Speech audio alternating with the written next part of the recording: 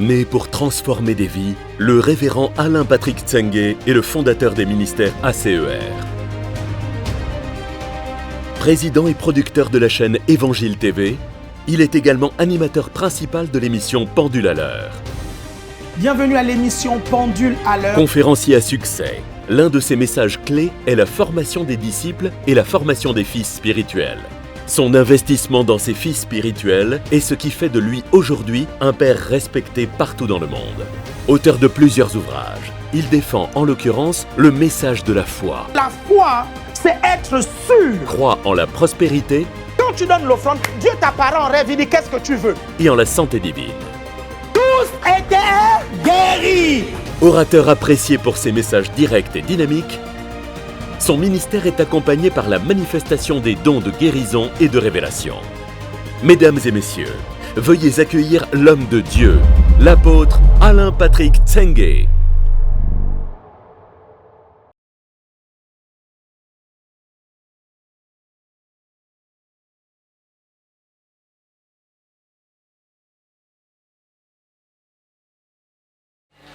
Je te remercie Seigneur, je prie que ces temps soient sous l'influence de l'esprit de sagesse et de révélation. Je prie Seigneur que ta présence soit manifeste et que nous sortions de là grandis. Je te rends toute la gloire pour tout ce que tu fais. Je te rends honneur et gloire. Amen. Amen. Assieds-toi dans la présence de Dieu.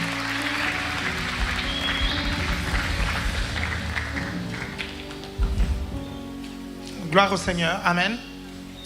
Ok, aujourd'hui c'est la dernière soirée, c'est aussi le dernier jour de jeûne pour certaines églises comme Paris. Paris ne jeûne pas samedi et dimanche parce qu'il y a le service.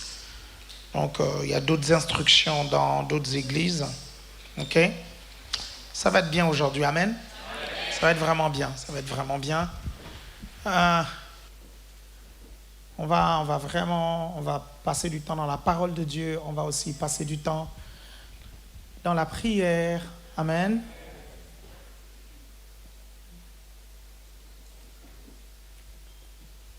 Vous savez, Gamaliel a dit, si cette œuvre vient de Dieu, vous ne pourrez pas la détruire.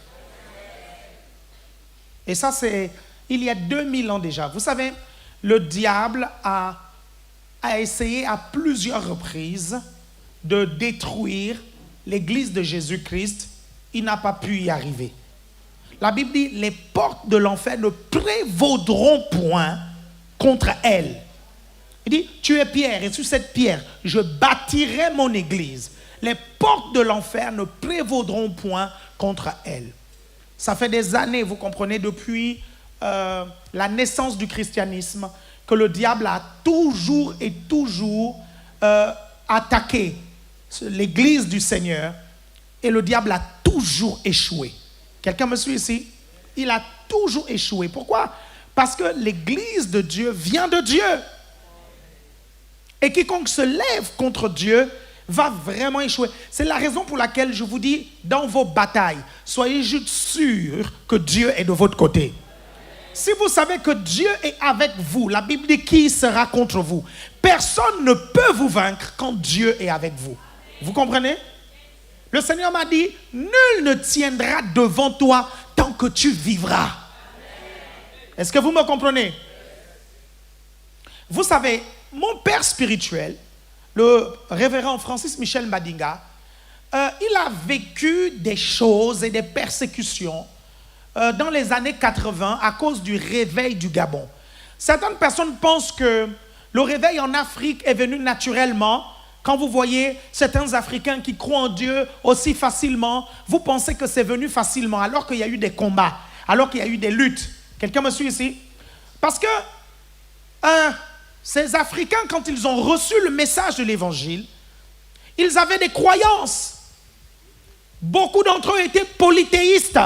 Quelqu'un me suit ici? Beaucoup d'entre eux croyaient en plusieurs petits dieux traditionnels. Et donc, quand on vient prêcher l'évangile, il y a eu donc aussi des persécutions qui se sont levées, vous comprenez, contre les personnes. Est-ce que vous me suivez qui ont prêché l'évangile? Et mon père spirituel a connu des persécutions lors du réveil des années 80, le réveil, le réveil charismatique, c'est-à-dire que il est l'un des prédicateurs, l'un des premiers prédicateurs, vous comprenez, autochtones à opérer dans les miracles et à faire des évangélisations massives, une évangélisation massive. Est-ce que vous me suivez? Et un décret a été fait, vous suivez, pour fermer son ministère. Il y a quelque chose qui s'était passé. Pourquoi? Parce qu'à l'époque, c'était le monopartisme, c'était la dictature, ok? Et donc, avant les années 90, il n'y avait pas encore de démocratie au Gabon. Et donc, vu que son mouvement gagnait énormément de personnes, et beaucoup de jeunes surtout, ok? Il y avait vraiment des parents qui persécutaient les jeunes qui venaient dans son église. Il y avait vraiment beaucoup de choses qui se passaient. C'était vraiment terrible. C'était un réveil très, très puissant. Il y avait des miracles qui se passaient dans les lycées, les collèges. Et lui-même, il était jeune. Est-ce que vous me comprenez? Et à cette époque-là, il fallait faire attention à tout mouvement qui amène la foule derrière un leader. Et on l'a confondu presque à un leader politique alors qu'il n'était qu'un jeune qui voulait prêcher l'évangile. Est-ce que vous comprenez? Et on raconte qu'à plusieurs reprises, vous comprenez, on a envoyé des soldats pour venir l'arrêter. Est-ce que vous me suivez? Et fermer l'église. Et quand les soldats arrivent, l'église disparaît littéralement. Est-ce que vous comprenez?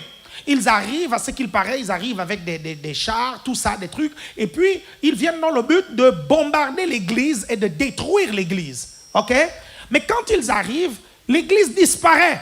Ils arrivent, ils voient une forêt et l'église disparaît totalement. Et ils repartent voir leur patron, ils disent, mais on n'a pas trouvé l'église là où vous nous avez dit. Et là, les patrons ont dit, mais là, c'est très simple, faites quelque chose de très simple. Le dimanche matin, à partir de tel endroit, vous allez voir des gens qui prennent une certaine direction. Ils vont dans cette église-là. Donc, mettez-vous dans ces personnes-là et allez dans l'église. Et donc, voilà maintenant des personnes, vous comprenez, qui viennent pour pouvoir faire du mal à l'église, qui rentrent parmi les personnes qui vont à l'église et qui s'asseyent là dans la foule. Et mon père spirituel, comme d'habitude, il prêche avec toutes ses forces, il opère, il exerce le ministère, il fait ce qu'il y a à faire. Quand les gens qu'on a envoyés repartent voir leur patron, les gens disent, on n'a rien vu de mauvais là-bas, nous, on n'a pas envie d'avoir des problèmes avec Dieu. Est-ce que vous me suivez? Et donc, pendant des années, ils n'ont pas pu stopper le réveil. Ils n'ont pas pu stopper, vous comprenez, le mouvement de l'esprit. Est-ce que vous me suivez? Jusqu'à ce qu'aujourd'hui, le Gabon est à 80% chrétien. Est-ce que vous me comprenez? Mais il y a des personnes qui ont payé un prix. Vous me suivez? Il y a des jeunes qui étaient avec mon père spirituel, qui aujourd'hui sont de la même génération, un tout petit peu comme mon père spirituel, un peu. Ok? Est-ce que vous suivez? Ces jeunes-là ont subi des choses pour ce réveil. Est-ce que vous me comprenez? Et ils n'ont pas pu éteindre le réveil. Pourquoi? Parce que je vous ai dit, il y a un jour ou 2 jours de cela, je vous ai dit que le Saint-Esprit m'a dit, ici sur l'estrade, que Dieu chérit le réveil qui est en train de se passer. Ok? Et l'un des signes qu'un réveil est en train de se passer dans un pays, c'est quand beaucoup de jeunes se convertissent et se tournent vers Dieu. Est-ce que vous me suivez attentivement? Il ne faut pas blaguer avec ça parce que vous savez, quand on regarde le film de Jésus, on a l'impression qu'avec la crucifixion de Jésus, ce sont les méchants qui ont gagné. Mais quand vous étudiez l'histoire de l'Église, ok, quand vous êtes un bon chrétien et vous voyez que Jésus est ressuscité, ok, et que Jésus s'est multiplié, dupliqué chez plusieurs disciples, ok, vous savez en vérité que c'est le royaume de Dieu qui a gagné, ce n'est pas du tout le diable qui a gagné. Est-ce que vous comprenez? Vous me suivez attentivement? Mais regardez ce qui s'est passé. Quand vous lisez l'histoire de la condamnation de Jésus, la Bible nous dit que la femme de Pilate va dire à Pilate, ne crucifie pas ce juste. Ne le crucifie pas. Quand vous lisez la Bible, vous voyez, la femme de Pilate va faire un rêve. Elle dit, j'ai fait un rêve que ce monsieur-là est injuste, il ne faut pas le crucifier. Est-ce que vous me suivez? Et c'est là où Pilate va se laver les mains parce que les Juifs et la foule va vouloir la crucifixion d'un juste. Ok? Ils vont monter un procès mensonger sur Jésus. Ils vont fabriquer des faux témoins pour venir raconter des bêtises au sujet de Jésus, rien que pour qu'on puisse condamner Jésus. Pilate n'était même pas convaincu des arguments qu'on était en train de lui présenter parce que Pilate lui-même, il a dit, mais je ne vois pas des raisons concrètes. C'est-à-dire qu'il n'y a pas de preuves. Vous me parlez des choses en l'air, mais il n'y a pas de preuves qui méritent que je puisse mettre à mort ce monsieur. Vous me suivez attentivement? Et là, quelqu'un m'a posé une question très importante. Ok? Vous savez, même si Pilate s'est lavé les mains, Pilate est quand même l'un des responsables de la mort de Jésus. Pourquoi? Parce que Pilate avait l'autorité de dire, vous ne touchez pas à cet homme, et il met des soldats autour de Jésus. Il dit, personne ne touche à cet homme est injuste. Est-ce que vous comprenez? Mais comme ce monsieur était un criminel, vous comprenez? Crucifier les gens, ça c'était son petit déjeuner. Il aimait ça, est-ce que vous comprenez? La Bible dit que Pilate était un criminel. Est-ce que vous suivez attentivement? Mais cette histoire-là n'est pas restée comme ça, sans jugement. Parce que vous savez comment Pilate est mort. Pilate a très mal fini. Parce qu'après avoir crucifié Jésus, sa femme a accepté Jésus et elle est devenue une fervente évangéliste. La femme de Pilate. Est-ce que vous comprenez? Ça, c'est l'histoire de l'Église qui le dit. Elle est devenue une puissante évangéliste. Elle a quitté son mari. Pourquoi elle l'a fait? Parce qu'en fait, son mari est devenu fou. En fait, Pilate, vous comprenez, après la crucifixion de Jésus, il voyait du sang dans ses mains. Et il essayait de se laver les mains, mais le sang ne partait pas. Les gens à l'extérieur ne voyaient pas le sang, mais lui, il voyait le sang. Vous comprenez? Il a fini comme ça. En fait, toute sa vie, il était comme ça. J'ai du sang dans les mains, j'ai du sang dans les mains. Et il a commencé à se scarifier les mains, à mettre ça dans du sable, à machin, vous comprenez? À un point où Rome a jugé qu'il devenait fou. Et il est mort de cette folie. Vous me suivez? Pourquoi? Parce qu'il a osé être le complice de la crucifixion d'un juste. Vous me suivez attentivement? Il faut faire attention. Il y a des choses, il y a des mouvements qui sont de Dieu. Et si tu te dresses contre ces mouvements, tu auras des problèmes. Il ne faut pas blaguer avec ça. Il ne faut pas blaguer avec ça. Je vous le dis, la Bible est claire là-dessus. Les portes de l'enfer ne prévaudront point contre l'Église du Seigneur. Vous êtes toujours là? Vous êtes là? Et donc c'est pour ça qu'on est en train de parler des forces spirituelles contre la croissance et contre la percée. Et on a vu la première force, on a vu le prince de la puissance de l'air. Hier, on a vu l'esprit de mensonge et de séduction. Ok? Vous me suivez? Est-ce qu'on a vu un autre esprit en dehors de ça? L'esprit de perversité aussi. Vous me comprenez attentivement? Vous êtes là? Et là, on va voir d'autres esprits. Et j'espère, je prie vraiment qu'on ait le temps parce que là, du coup, il nous reste 5 esprits. Ok? 5 à voir. Donc, je prie qu'on ait du temps. Est-ce que vous me suivez? Amen, vous êtes toujours là? Parce que ça, ce sont des esprits mauvais et des forces occultes qui vont toujours s'insurger contre vous, qui vont s'insurger contre votre GR, qui vont s'insurger contre votre réseau et qui vont s'attaquer à votre église et à l'église. Est-ce que vous me suivez? Et quand vous discernez ces esprits-là, à un moment donné, vous pouvez prendre autorité. Vous savez, quand l'apôtre Paul dit qu'il a lutté contre des bêtes, est-ce que vous comprenez? En fait, c'est important que vous puissiez saisir que le travail missionnaire est associé avec le combat spirituel. Quelqu'un me suit ici? Et ce que vous faites est un travail missionnaire. Il faut associer à cela le combat spirituel. Amen. On va aller doucement, doucement. Dis malembe, malembe. Le prochain esprit qu'on va voir, c'est l'esprit de maladie ou les esprits de maladie. Vous me suivez? Les esprits de maladie. Votre GR peut perdre de la vitesse parce que les gens tombent malades. Votre église peut perdre de la vitesse parce que les ouvriers tombent malades. Est-ce que vous comprenez? Le GR était sur une très bonne lancée, le réseau était sur une très bonne lancée, l'église était sur une très bonne lancée. Tout à coup, des personnes clés commencent à tomber gravement malades. Et parce qu'elles sont gravement malades, elles n'ont pas la force de pouvoir même venir à l'église servir le Seigneur. Est-ce que vous me comprenez? Certaines d'entre elles se découragent et se démotivent. Pourquoi? Parce que parfois elles n'ont pas la foi suffisante pour pouvoir lutter contre la maladie.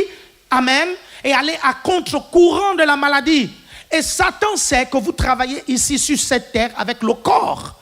Et il sait comment affaiblir votre corps. Et comment est-ce qu'il affaiblit le corps? En envoyant la maladie. Est-ce que vous me suivez? Mais il y a quelque chose que vous ne devez pas du tout oublier. Quand Satan envoie la maladie, vous comprenez, chez quelqu'un, il a des plans plus graves que ça.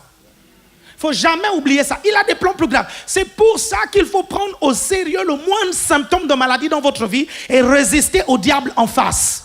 Quelqu'un me suit ici? Et dire à Satan, au nom de Jésus, tu ne mourras pas. Est-ce que vous me comprenez? Parce qu'il sait. Il sait que nous avons un corps qui est faillible. Il sait que nous avons un corps qui a le gène d'Adam. Et il sait que notre être extérieur se détériore tous les jours. Est-ce que vous me comprenez? Et il sait qu'il peut passer par là pour t'affaiblir, pour que tu ne puisses pas servir le Seigneur, ou pour pouvoir affaiblir ton GR ou affaiblir ton réseau. Est-ce que vous me comprenez? Regardez, je vais vous dire une chose. Il y a une bande armée, ok, en enfer, que le diable a dressé et ligué spécialement pour envoyer les maladies aux serviteurs de Dieu.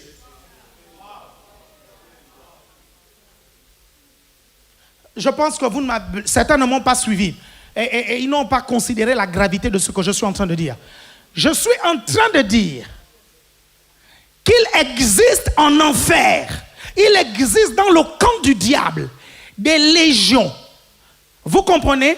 Correctement entraînés, éduqués par Satan, rien que pour rendre malades les serviteurs de Dieu. Rien que pour rendre malades ceux qui servent le Seigneur. Vous me comprenez? Pourquoi? Parce que quand la Bible dit « offrez vos corps, ok, comme un sacrifice vivant ». Comment est-ce que tu offres ton corps comme un sacrifice vivant si ce n'est pas en utilisant ton corps pour servir Dieu? Quelqu'un me suit ici? Tu ne pourras plus faire des sacrifices en servant le Seigneur si tu es malade. Et le diable sait que cette raison seule est suffisante pour te stopper ton GR, stopper ton réseau et stopper ton église. Quelqu'un me suit ici? Et c'est pour ça que vous devez comprendre comment est-ce que ces esprits-là de maladie, ok, arrivent à atteindre les serviteurs de Dieu. Ils les atteignent de deux façons. Quand je parle de serviteurs de Dieu, je ne parle pas que de pasteurs, d'apôtres, de prophètes. Je parle de toi qui sers Dieu dans un GR. Je parle de toi qui sers Dieu dans un département. Je parle de toi qui, comment on appelle ça, te bat pour faire avancer le royaume de Dieu. Comment est-ce qu'il le fait? Il le fait de deux façons. Il y a deux portes. La première porte, ok, c'est l'ignorance. Vous me suivez? Regardez, le pasteur, l'évangéliste, le serviteur de Dieu qui croit au salut de l'âme et de l'esprit et ne croit pas en la santé divine, il est en danger. Est-ce qu'il y a quelqu'un qui me suit ici? Je vais redire pour que vous compreniez. Je dis bien, le serviteur de Dieu, le pasteur, le prophète, peu importe le titre de la personne, qui croit au salut, qui croit en la vie éternelle, sans croire en la santé divine et en la guérison divine, il est en danger de mort. Pourquoi? Pourquoi? Parce que si tu crois au salut, tu vas travailler pour que les âmes soient sauvées. Et ça ne plaira pas au diable. Donc il fera tout pour que tu tombes malade pour te détruire. Vous avez suivi? Vous me comprenez? Et donc, tu as intérêt à croire en la santé divine. C'est pour ça qu'avant de dire « Allez, faites de toutes les nations des disciples », le Seigneur a d'abord crucifié la maladie à la croix de Golgotha. Lisez la la Bible, l'ordre suprême s'est donné après la résurrection de Jésus-Christ. Mais avant la résurrection, il y a eu quoi? La crucifixion du péché, la crucifixion de la pauvreté, la crucifixion de la maladie. Jésus ne t'a pas envoyé sans avoir crucifié ça. Vous comprenez? Donc, Jésus ne s'attend pas à ce que nous puissions tomber malades parce que pour lui, la maladie a déjà été crucifiée. La Bible dit, par ses meurtrissures, vous avez été guéris. C'est que c'est au passé. Vous êtes toujours là? Donc, en vérité, si vous prêchez l'évangile et vous ne croyez pas en la santé divine, vous ne croyez pas en la guérison divine, vous êtes en danger de mort. Je te dis bien, tu es en danger de mort parce que le diable va utiliser cela, ok, pour te toucher. Vous savez, il y a juste quelques raisons pour lesquelles le diable peut toucher un enfant de Dieu. Hein? Il y a l'ignorance et sa désobéissance. Vous me suivez? Ce sont les deux raisons. Vous me suivez attentivement? Donc, c'est pour ça que vous allez croiser des serviteurs de Dieu extrêmement efficaces. Ils évangélisent quand ils te font des disciples. Mais ce sont des disciples consacrés. Vous comprenez ça? Consacrés. Le problème de ce serviteur de Dieu-là, c'est qu'il ne croit pas en la santé divine. Vous comprenez ça? Il n'y croit pas. Et donc, qu'est-ce que Satan fait? Satan lui envoie une maladie. Et c'est comme ça que le gars meurt de manière prématurée. On ne comprend pas. Il arrive au ciel, vous comprenez? Et Jésus lui montre le sang qui a été versé pour sa maladie. Jésus lui montre. Jésus dit, regarde les meurtrissures. Regarde les meurtrissures par lesquelles j'ai été guéri, tu as été guéri. Vous me suivez attentivement? Et parfois, ce ne sont pas des maladies normales. Parfois, ce sont des véritables attaques qui viennent de l'enfer, juste parce que l'enfer s'est ligué contre toi. Je connais des serviteurs de Dieu, vous comprenez? Mais vraiment, parfois des serviteurs de Dieu de renom, qui ont fini dans des burn-out. Est-ce que vous me suivez? Je connais un serviteur de Dieu, il est rentré dans son bureau, il me raconte, il dit, il est rentré dans son bureau, tout à coup, il a commencé à crier et à tout casser dans son bureau, à tout casser. Vous me suivez? Les médecins ont dit que non, il a fait un burn-out. Est-ce que vous comprenez? Les médecins ont dit que non, il a fait une dépression. Et je l'ai regardé dans les yeux, je dis, frère, de toi à moi, tu sais que ça c'était les démons. Tu étais possédé. Vous me suivez? Mais comment le démon est rentré? Et je vais vous le dire. L'ignorance. Et la deuxième chose, les offenses. Vous comprenez? C'est pour ça que Satan fait tout pour que vous soyez offensés, parce qu'il veut rentrer. Est-ce que vous me suivez? Faites attention, c'est comme ça. C'est pour ça. Vous savez, quand je suis rentré dans le ministère pastoral, j'ai discuté avec un vieux papa qui était dans le ministère depuis longtemps. C'était une église baptiste. Et je suis allé le voir. Je lui ai dit, papa, là je rentre dans le ministère pastoral, tout ça. Vous savez ce qu'il m'a dit? Il m'a dit, bonne chance mon fils. J'ai un collègue là qui est mort d'une crise cardiaque la semaine dernière à cause de ses brebis. Vous me suivez? Vous me suivez? C'est pour ça que quand vous vous occupez des brebis du Seigneur, si vous n'avez pas de recul, vous serez offensé. Et si vous êtes offensé, vous ouvrirez des portes au diable. Et si vous ouvrez des portes au diable, Satan va rentrer et il va vous tuer. Vous êtes toujours là? C'est la raison pour laquelle, vous savez, dans la loi de Moïse, le sacrificateur n'avait pas le droit de faire le service quand il avait une plaie béante. Quand il avait une blessure, il n'avait pas le droit de le faire. Quelqu'un me suit ici? Écoute-moi bien. C'est dangereux de servir Dieu avec des blessures intérieures. C'est dangereux. Tu dois te débrouiller à guérir de ça. Quelqu'un me suit ici? Vous savez, quand à un moment donné, je sens maintenant que ce qui est en train de se passer commence à me toucher. Quand je sens que ça commence à m'offenser, c'est là où je rentre dans ma chambre et je prie, je prie, je prie, je prie, je prie, je prie, je prie, je prie, parce que ça ne doit pas me toucher, parce que ça ne doit pas m'offenser. Quelqu'un me suit ici? Parce que ça ne doit pas me blesser. Je ne veux pas servir Dieu avec des blessures, sinon je ne serai plus objectif. Quelqu'un me suit ici? Blaguez pas avec ça. Blaguez pas. C'est pour ça que les offenses sont une arme de Satan que vous n'imaginez pas. Il sait que s'il réussit, il parvient à vous offenser, il aura sa même mise sur vous. Je vous ai déjà dit quoi? Je vous ai déjà dit que dans la mer, les requins poursuivent les gens en fonction du sang, n'est-ce pas? Quand il y a le sang, ils viennent. Et je vous ai dit que les blessures intérieures libèrent aussi une sorte de sang qui attire les démons.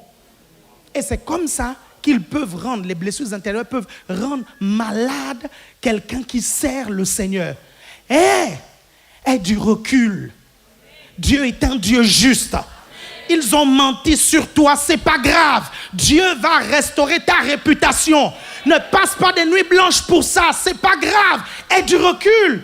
Aie du recul. Ce sont des brebis du Seigneur. Ce ne sont pas tes brebis. Tu n'es qu'un instrument, tu n'es qu'un outil. Écoute-moi bien. Le ciel lui-même, il sait que les outils comme toi, il y en a peu.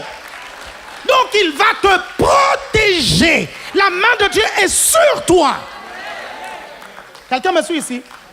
Lui-même, il a dit, la moisson est grande, il y a peu d'ouvriers. Il y a peu. Donc, sache que toi qui fais partie des ouvriers, tu fais partie de ce peu d'ouvriers. Le ciel entier sait que vous faites partie de cette race rare qui a décidé, vous comprenez, d'être dans le champ pour servir Dieu. Donc, aie du recul. Quelqu'un me suit ici? Regardez, à chaque fois que les gens m'attaquent, à cause de l'œuvre de Dieu, à chaque fois que les gens me critiquent, à cause de ce que je prêche, à chaque fois que les gens me font des problèmes, quelqu'un me suit ici? Il y a quelques semaines, quand il y a eu ce déferlement contre nous, vous suivez? Le Seigneur Jésus m'a juste dit, Alain, ne t'inquiète pas, ce n'est pas à toi qu'ils font ça, ils le font à moi. Est-ce que vous me suivez? Il dit, ne le font pas à toi, ils le font à moi. Donc ne t'inquiète pas. Vous me suivez attentivement? Vous êtes les représentants de Dieu, donc ne vous laissez pas offenser par quoi que ce soit. Ce n'est pas grave. Laissez-les faire ce qu'ils veulent. Dieu va s'occuper de vous. Gardez votre cœur. Quelqu'un me suit ici? Votre cœur est précieux pour composer des bonnes prédications. Votre cœur est précieux pour entendre la voix de Dieu et dire ainsi parle l'Éternel. Quelqu'un me suit ici? Votre cœur est précieux pour aimer les gens. Quelqu'un me suit ici? Il n'y a pas de place pour la haine dans vos cœurs. Quelqu'un me suit ici? Vous suivez? Mais attention, attention. Le fait de ne pas haïr les gens ne signifie pas qu'on ne doit pas se défendre. Quelqu'un me suit ici? Écoutez-moi bien, regardez, moi j'entends beaucoup d'églises, ok, quand il y a des choses qui se passent, ils sont là, ils disent oui, le Seigneur va nous justifier, machin, tout ça. Je vais te donner deux arguments. Le premier argument, c'est que Dieu ne fait jamais quelque chose que tu peux faire. Ça veut dire que si tu peux te défendre, Dieu ne viendra pas te défendre. Dieu viendra te défendre quand tu ne peux pas te défendre. Ça, c'est le premier argument. Deuxième argument, c'est que ici sur la terre, c'est toi la main de Dieu, c'est toi la bouche de Dieu, c'est toi les pieds de Dieu. Donc, si tu attends que Dieu te défende, tu comprends? Dieu attend que son corps puisse défendre. Vous arrivez à me suivre? Vous me suivez attentivement? C'est pour ça que j'ai donné l'instruction, et je le dis, et je l'assume. Quiconque répand des mensonges sur notre ministère, allez sur les réseaux sociaux, rétablir la vérité. On lutte contre le prince de la puissance de l'air avec la vérité. Tu ne peux pas laisser les gens mal parler de ton église et tu te tournes les pouces et dire des mensonges. Vous comprenez ça? Tu ne peux pas laisser ça. Si ceux qui sont avec nous sont plus nombreux que ceux qui sont avec eux, donc ils vont être noyés par nos messages. Quelqu'un me suit ici? Vous me suivez attentivement? Et ça ne veut pas dire qu'on est dans la haine ou dans les machins. Non, on se défend. Je suis désolé, si tu racontes des bêtises sur nous, ok, c'est normal qu'on puisse dire, mais attends, moi, on ne comprend pas, quoi. Quand on regarde les vidéos et que tu étais là, tu étais vachement harcelé, hein. Ouh. Vous êtes toujours là? Parce que le prince de la puissance de l'air agit avec les esprits que je vous ai énoncés hier. Il agit avec le mensonge, il agit avec l'esprit d'accusation, il agit avec l'esprit de perversité, il agit avec ça. Vous me suivez attentivement? Vous êtes toujours là? Amen. Le deuxième esprit qu'on va voir dit aïe aïe aïe aïe. L'esprit du monde. Dis seulement Mamo, là c'est fort. L'esprit du monde. L'esprit du monde. OK? L'esprit du monde. L'esprit du monde. C'est un esprit. Vous comprenez? Et la Bible dit que l'un des rôles principaux du prince de la puissance de l'air, c'est de répandre cet esprit du monde. Répandre les façons de penser du monde qui sont différentes des façons de penser de Dieu. Est-ce que vous me comprenez? Faire croire à l'humanité que la façon dont le monde pense, c'est cela qui est politiquement correct. Et la façon dont les sanctifiés pensent, c'est une mauvaise. C'est ça le but de cet esprit du monde. Et le problème, c'est quoi? C'est que quand vous ne livrez pas la guerre à cet esprit du monde dans l'église, vous allez avoir des problèmes. Parce que quand les gens viennent à l'église, le premier esprit pour lequel il faut les délivrer, avec la parole, avec la prière, avec beaucoup de choses, c'est d'abord l'esprit du monde. Parce que l'esprit du monde est bien enraciné dans leur âme. Vous suivez? Parfois, vous chassez l'esprit du monde, mais les habitudes de cet esprit du monde restent encore là. Et là, vous avez besoin de pouvoir changer la mentalité de la personne. Vous me suivez?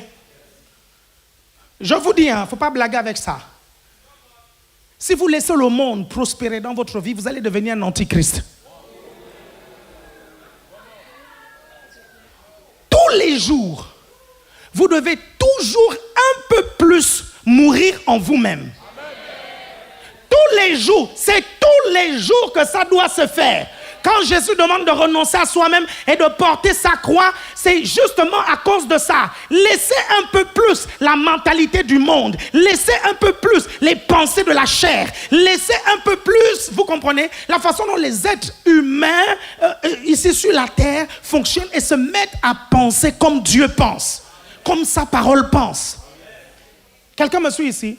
Et vous allez remarquer que tous les problèmes qu'on a eus, que ce soit dans Space One et dans Space 2, est-ce que vous me comprenez? C'était des problèmes des personnes qui sont venues au milieu de nous et qui ne se sont pas converties véritablement. Quand vous étudiez bien, vous vous rendez compte que c'est ça en fait. Parce que, vous savez, quand quelqu'un prend des choses qui se passent dans une église, qui sont le fait religieux, et il les présente à quelqu'un qui ne comprend rien de la vie chrétienne, c'est normal que la personne puisse dire que vous êtes dans les dérives sectaires. Quelqu'un me suit ici? Regardez, vous allez... C'est important que vous puissiez comprendre que le terme dérive sectaire, et parfois cette façon-là, vous comprenez, de pouvoir pointer du doigt sur ce que la Bible, vous comprenez, nous interdit de faire ou de ne pas faire. Vous comprenez? Et regardez, je ne suis pas en train de dire qu'il n'existe pas de véritable violation de la loi dans certaines organisations. Ce n'est pas de ça dont je parle, vous comprenez?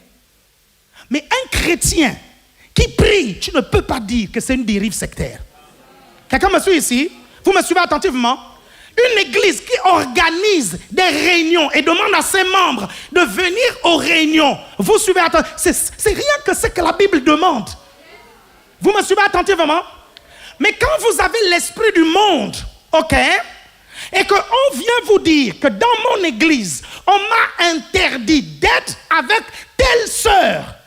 Tu dis quoi? Tu dis non, il y a des interdictions de se mettre en couple dans cette église et donc ce sont des dérives sectaires. Non, on n'interdit pas d'être en couple. Vous suivez ça? La Bible n'interdit pas d'être en couple. La Bible n'interdit même pas les relations sexuelles. La Bible dit que ça doit être légitime dans le cadre du mariage. Et c'est normal qu'un chrétien prêche ça. Et c'est normal qu'un chrétien défende ça. C'est normal. C'est écrit dans la Bible. C'est normal. C'est écrit dans la Bible. C'est écrit dans la Bible. C'est écrit dans la Bible. Amenez-moi où vous voulez. Mais c'est écrit dans la Bible.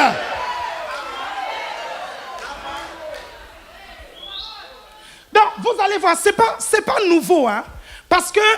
C'est pas nouveau. Parce que depuis Actes des Apôtres, vous comprenez, On accusait déjà l'apôtre Paul en essayant de prendre des choses de la loi et fabriquer des choses alors qu'il n'y avait aucun élément concret. Alors que c'était purement du religieux. Et parfois même les autorités chez qui on amenait, ils disaient, mais là on est dans le fait religieux. Vous êtes en train de discuter les histoires de votre loi, de votre religion. Et parfois certaines autorités ne voulaient même pas. Est-ce que vous comprenez? C'est mais là ça parce que ça c'est le fait religieux. C'est le fait religieux. Donc, si tu ne comprends pas une religion, ne la juge pas. Est-ce que vous me suivez? Vous me suivez? Parce que dans la religion, les gens vont faire des choses, vous comprenez, qui ne se conforment pas au monde. Vous me suivez? Il y en a, par exemple, qui vont consacrer tout un mois, ok? C'est par exemple, je ne sais pas si c'est quel mois, c'est le mois de février ou mars, ils appellent ça Ramadan, n'est-ce pas? Est-ce que pour l'être humain normal, c'est normal qu'il puisse faire tous les jours, il ne mange qu'un seul repas, il doit se lever à 4 heures pour manger, pour se recharger dans la journée? Ce n'est pas normal, est-ce que vous comprenez? Mais c'est religieux. Est-ce que vous me suivez? Si tu ne veux pas que ça existe dans ta société, alors bannis les religions dans ta société. Dans ce cas, tu rejoins alors ce gars-là qui a créé un mouvement et qui a dit la religion c'est l'opium du peuple. Quelqu'un me suit ici? C'est-à-dire Karl Marx. Là, tu le rejoins. Parce que lui, il voulait d'une société sans religion. Est-ce que vous me suivez? Mais ce n'est pas la République française. Ce n'est pas ce pourquoi les révolutionnaires en 1789 se sont battus. Ils se sont battus pour que chacun ait la possibilité d'avoir sa religion. Quelqu'un me suit ici? On n'est pas dans un pays où la religion est interdite. Le problème, c'est quoi? Quand ils ne comprennent pas le fait religieux, ce qu'il y a dans la Bible, ils ne peuvent pas... Écoutez-moi bien, la Bible dit l'homme charnel. Parce que ça, c'est l'esprit du monde. Hein? C'est l'esprit du monde. Et vous allez comprendre pourquoi je peux faire parler de ça en termes d'esprit et pas en termes de mentalité. Parce qu'il y a l'esprit du monde, il y a la mentalité du monde. Est-ce que vous me suivez? Regardez, ils ne peuvent pas comprendre pourquoi la Bible dit qu'un chrétien doit donner ce qu'on appelle la dîme, doit donner le 1/10 de ses revenus. Ils ne peuvent pas comprendre, mais c'est la Bible qui le dit. Depuis la nuit des temps, ce principe existait même déjà avant Jésus. Jésus est venu, il l'a respecté. Les apôtres sont venus, ils ont respecté ça. C'est dans la Bible. Quelqu'un me suit ici? Et les protestants évangéliques ne sont pas les seuls à prêcher ça. Alors allez fermer les synagogues.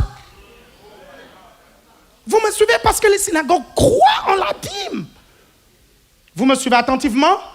Le problème, c'est quoi? C'est que les inconvertis ne peuvent pas comprendre ça. Et ne les en voulez pas. C'est plus fort qu'eux. La Bible dit l'homme animal, c'est-à-dire l'incroyant, il ne comprend pas les choses de l'esprit parce que c'est spirituellement qu'on en juge. Et je suis souvent étonné, vous comprenez, de voir certains chrétiens accorder du crédit aux contradictions des païens. Vous comprenez ça? C'est-à-dire que les païens font des contradictions sur ce qui se passe dans une église. Le chrétien dit, voilà, je l'avais dit. Et c'est là où vous reconnaissez les mondains de l'église. Parce qu'ils ont trouvé enfin des avocats pour défendre l'homme. Ils étaient à l'église. Ils disent, je savais que ce truc-là, de s'abstenir de sexe avant le mariage, je savais que c'était sectaire. Je le savais. Est-ce que vous me suivez? Vous êtes toujours là? L'esprit du monde. Pourquoi je parle de cet esprit? Parce que véritablement, il y a un démon qui peut entrer dans votre GR. Vous comprenez? Et commencer à mettre ces choses-là. Vous comprenez ça? Lui, il chasse le démon là-bas.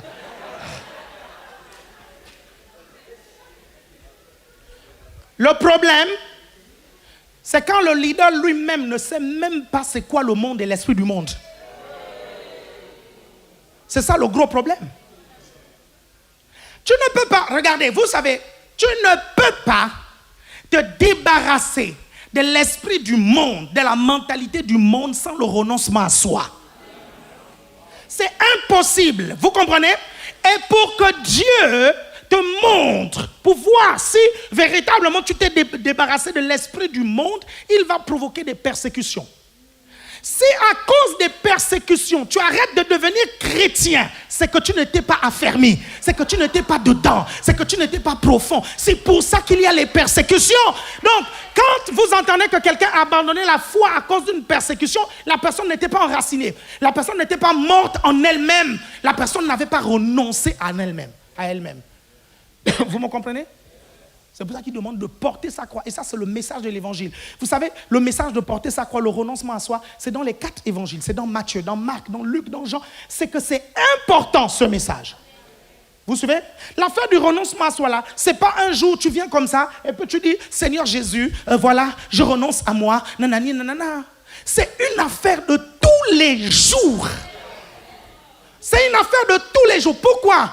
Parce que nous vivons dans ce monde et nous côtoyons l'esprit du monde et les mentalités du monde. Ces mentalités t'influencent au travail. Ces mentalités t'influencent dans ta famille. Ces mentalités t'influencent à travers la télévision. Ces mentalités t'influencent à travers les réseaux sociaux. Donc tout le temps, tu dois te présenter devant Dieu et dire, Seigneur, je veux penser comme toi. Je veux parler comme toi. Je veux renoncer à moi-même pour que ce soit toi qui vives. Vous me suivez attentivement? Vous me suivez attentivement? C'est pour ça que quand tu t'amuses avec ces choses-là, tu ne sais pas. Vous me suivez? Tu fais passer tes projets avant les projets de Dieu, le monde. Le monde, et je pèse bien mes mots. Vous me suivez? Est-ce que Dieu est contre que tu aies des projets? Non. Dieu veut juste que tes projets correspondent avec les siens. Parce que tu lui appartiens. La Bible dit, il t'a racheté à grand prix. Et un chrétien normal sait que sa vie ne lui appartient plus. Sa vie appartient à Dieu. Tu comprends ça? Un chrétien normal ne dit pas « je fais ce que je veux ». Tu es païen. Un chrétien normal dit « je fais ce que Dieu veut ». Est-ce qu'il y a quelqu'un qui me suit ici? Est-ce qu'il y a quelqu'un qui me suit ici? C'est pas normal. Tu ne peux pas être chrétien et tu dis « je fais ce que je veux ». Lorsqu'on te présente quelque chose dans la Bible, on te dit, mais frère, tu as accepté Jésus, tu t'es baptisé, ok? Ça veut dire que tu as décidé de suivre la parole de Dieu. Ce n'est pas bien ce que tu es en train de faire. Et tu dis, je fais ce que je veux. Tu fais ce que tu veux. Tu as encore l'esprit du monde qui est bien enraciné en toi. Ne t'inquiète pas, c'est une question de temps. Tu vas repartir dans les boîtes de nuit. T'inquiète pas, tu verras. Tu repartiras danser dans les boîtes de nuit.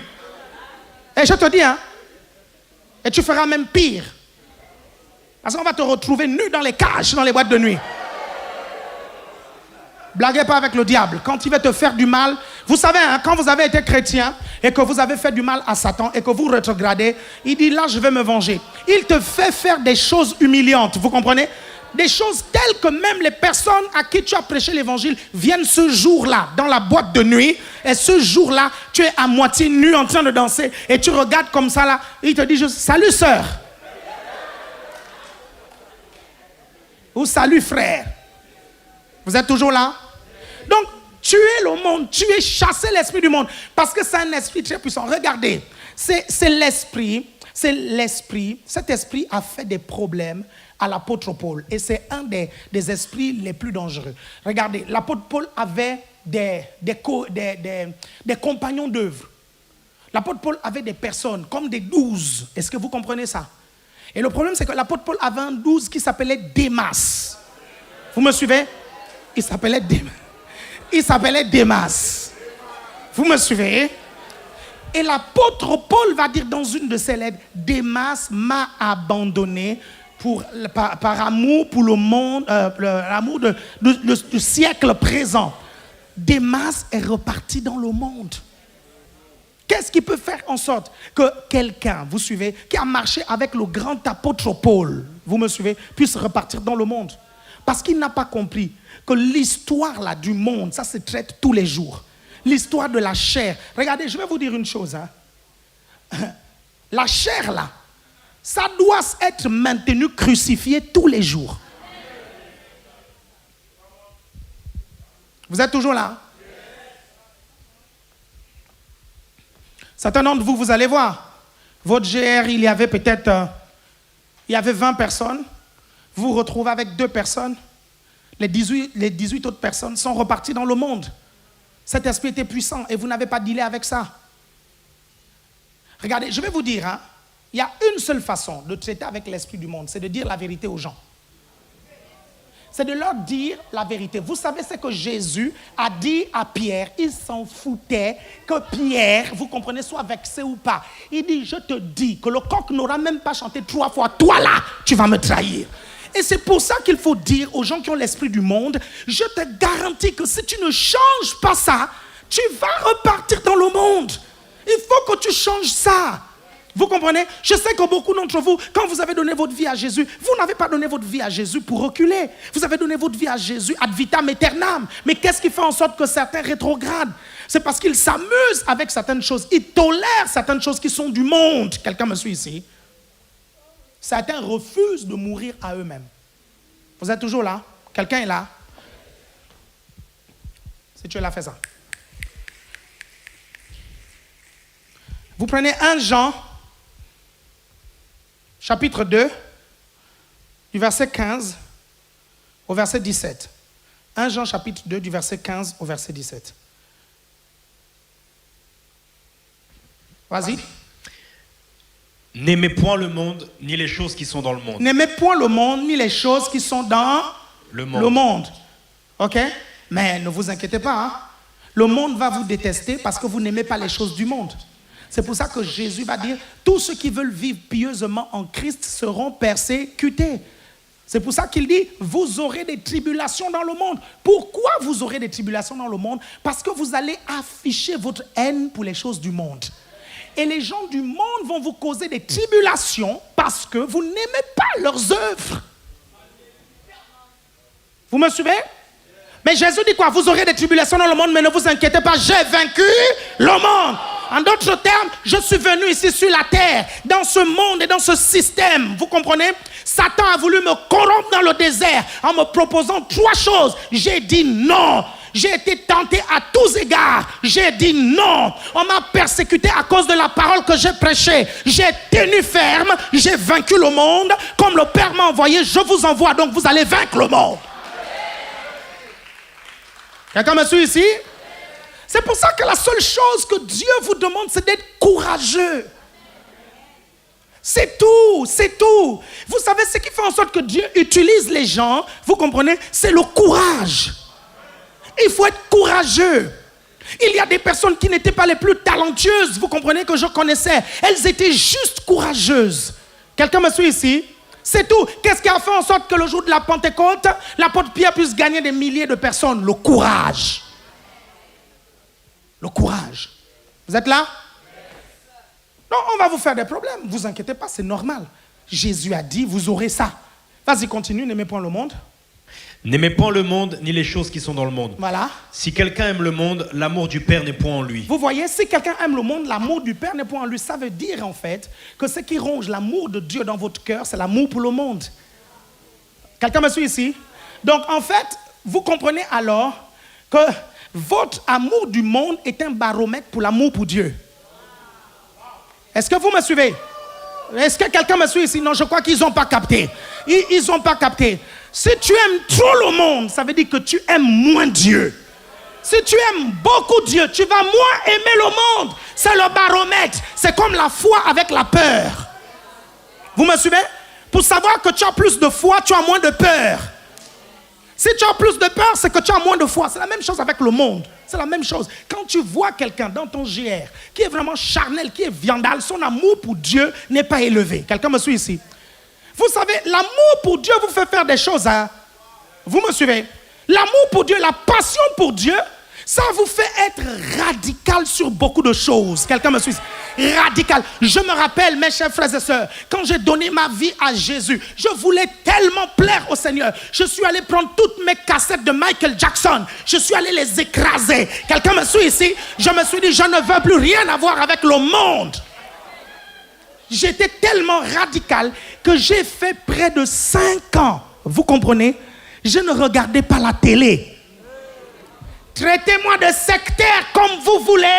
Je savais qu'il fallait que l'amour de Dieu grandisse dans mon cœur. Donc tout ce qui faisait grandir l'amour du monde, j'enlevais ça parce que je voulais que l'amour de Dieu puisse grandir.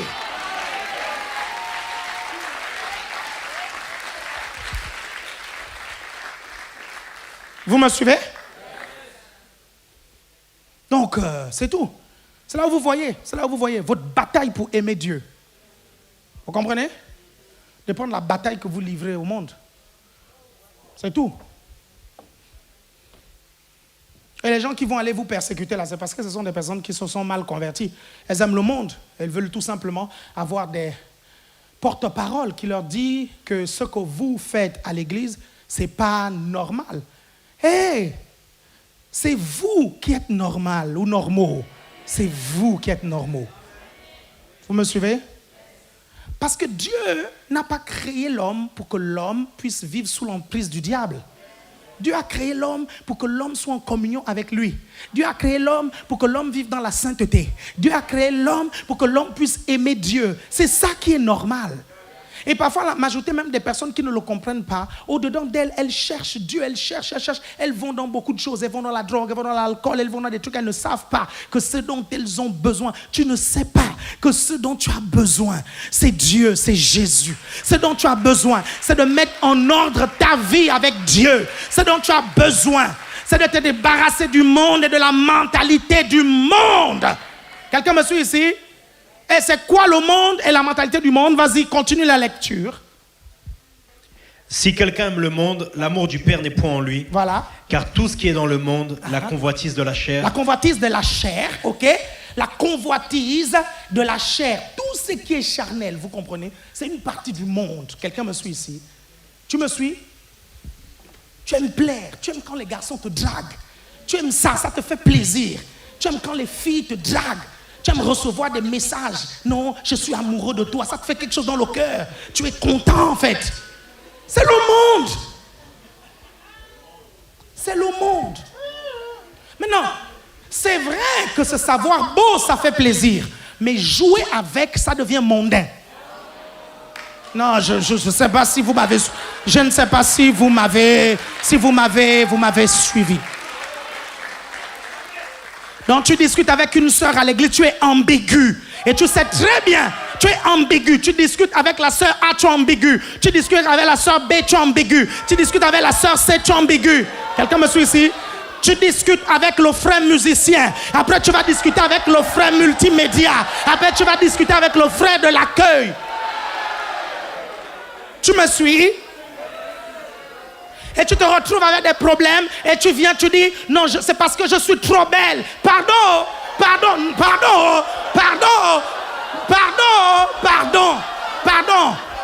Oh, toute sa beauté, je m'incline devant ta beauté.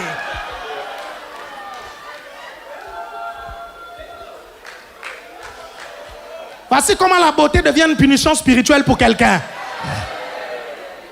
Mais c'est le monde. C'est le monde. Et ça me rappelle toujours, en fait, cette sœur, et je parle souvent de ça quand je parle du monde, je me rappelle de cette sœur, vous comprenez, qui vient un jour, elle me dit, il y a des années de cela, elle vient me dire, oh là là, c'est vachement frustrant pour une fille canon, une chrétienne canon, pour une fille canon d'être chrétienne. C'est vachement frustrant. J'ai seulement regardé, j'ai dit, pardon. J'ai dit, pardon, je m'incline. Je m'incline devant votre beauté.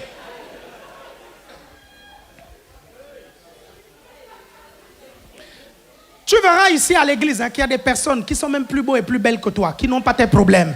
Et tu verras que les problèmes que tu as, tu les as provoqués. Tu les as provoqués parce que tu sais très bien que la conversation que tu es en train d'avoir avec cette fille, elle est ambiguë. La conversation que tu es en train d'avoir avec ce garçon est ambiguë. Et le problème, c'est que tu allumes des feux par-ci, des feux par-là, des feux par-ci, ok? Et du coup, tu as les provoquer. Et donc, le pauvre frère, il est maintenant derrière toi. Après, tu dis non, mais le frère, ou la sœur, elle est là. Tu dis non, mais je suis trop beau, c'est pour ça qu'elle me suit. Tu as allumé un feu.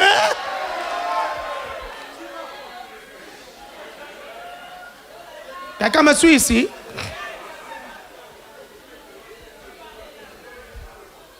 Est-ce que vous êtes toujours là?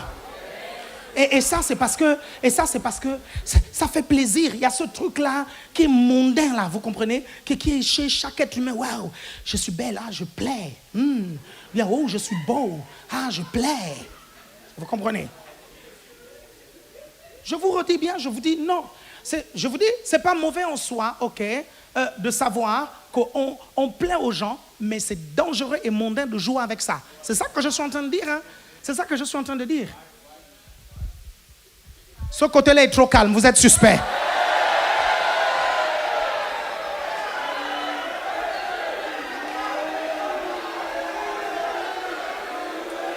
C'est trop calme, cette partie-là. Cette partie-là est trop calme, cette partie-là. Cette partie-là. Pardon, pardon, pardon, pardon, pardon.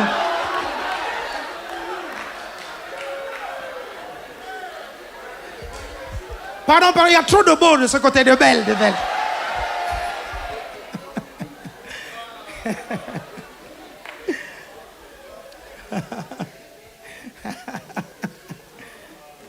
Vous me suivez?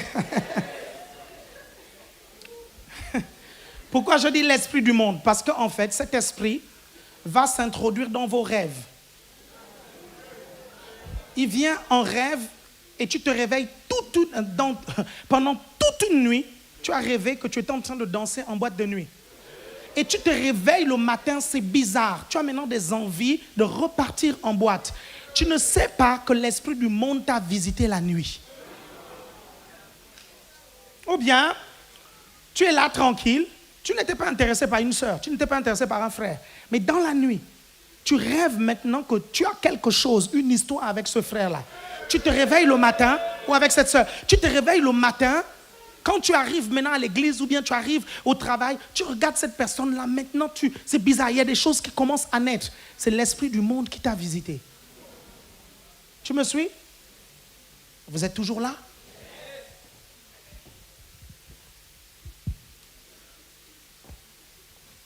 Sauf si ce frère-là, c'est ton futur mari.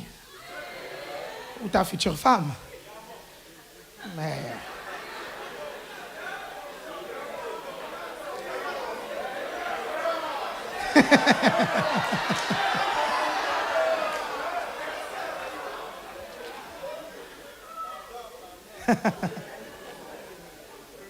Vous êtes toujours là? Ok. 5e esprit. C'est le 5e, hein? Combien? C'est le 4e. Je vais maintenant parler d'un autre esprit. C'est quel rang? 5e, non, ça c'est le 5e. 5e esprit. L'esprit de confusion. L'esprit de confusion. L'esprit de confusion vient lorsque les gens vont écouter plein d'enseignements sur Internet. Plein. Et ça amène la confusion. Tu ne sais plus ce qui est vrai, ce qui n'est pas vrai. Est-ce que vous me suivez? Vous me comprenez? Et c'est un esprit qui est très fort et très puissant. Vous comprenez? Parce qu'en fait, ça va amener l'égarement, ça va amener la séduction spirituelle. Et c'est l'une des raisons pour lesquelles on vous dit souvent, quand vous êtes dans une maison spirituelle, écoutez les premières années, écoutez uniquement les enseignements de cette maison. C'est pour ne pas privilégier des esprits de confusion. Parce que vous êtes jeune. Si vous écoutez plein de trucs, vous allez vous dire, mais quel est vrai, lequel n'est pas vrai? Est-ce que vous me suivez? Vous me comprenez attentivement? Et quand on vous dit ça, vous dites, je fais ce que je veux. Non, tu es chrétien, tu ne dois pas faire ce que tu veux, tu dois faire ce que Dieu veut.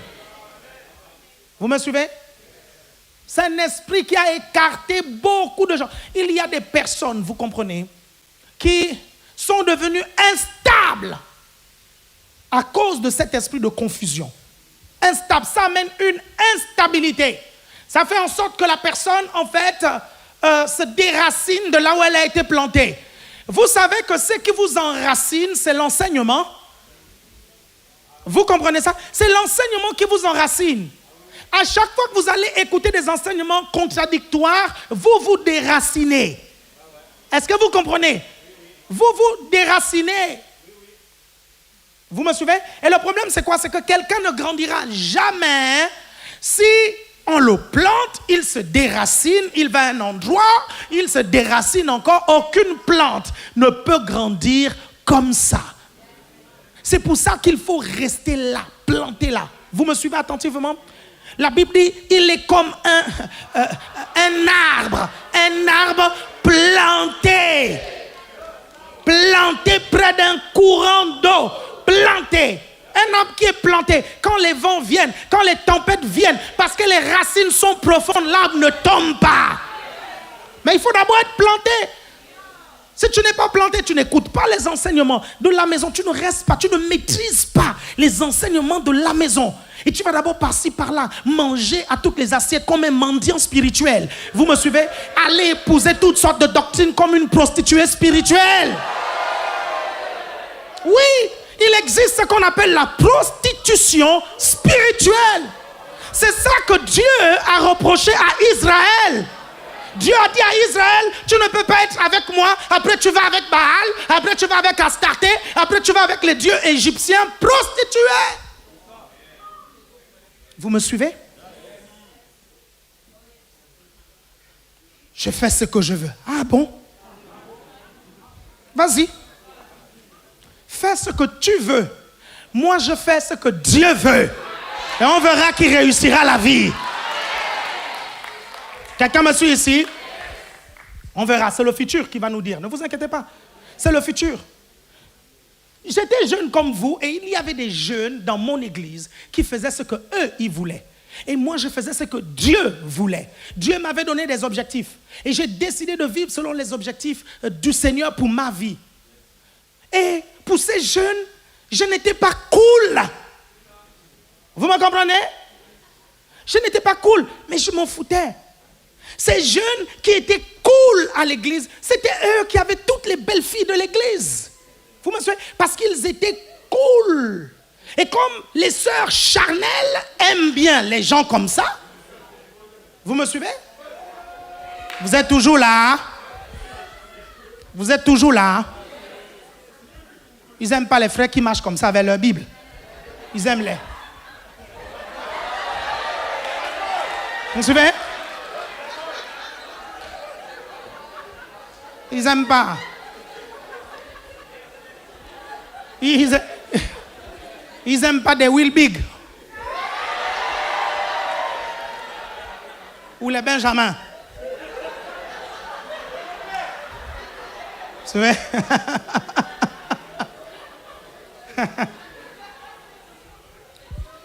L'avenir m'a donné raison. Vous comprenez? Parce que moi, je suis devenu quelque chose. Et eux, vous ne les connaissez même pas. Vous me suivez attentivement?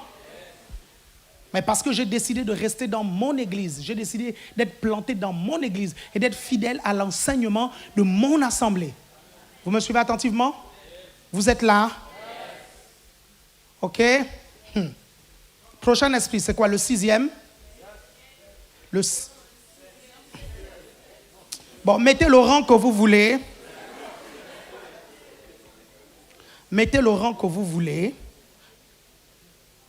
L'esprit de déloyauté.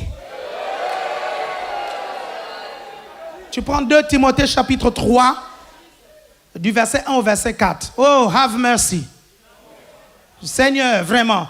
2 Timothée chapitre 3, du verset 1 au verset 4. Sache que dans les derniers jours, il y aura des temps difficiles. Il y aura des temps difficiles. Pourquoi ces temps seront difficiles? Car les hommes seront égoïstes. Ça veut dire que les temps faciles, les gens ne sont pas égoïstes. Ça veut dire que quand les gens sont égoïstes, ils rendent les temps difficiles. Qui a envie de vivre dans des temps difficiles? Ça veut alors dire que ce que la Bible dit là, elle dénonce ça. Continue, les gens seront égoïstes. Égoïstes, amis de l'argent. Amis de l'argent. Fanfarons. Hautains. Blasphémateurs. Rebelles à leurs parents. Ingrats. Irréligieux. Insensibles.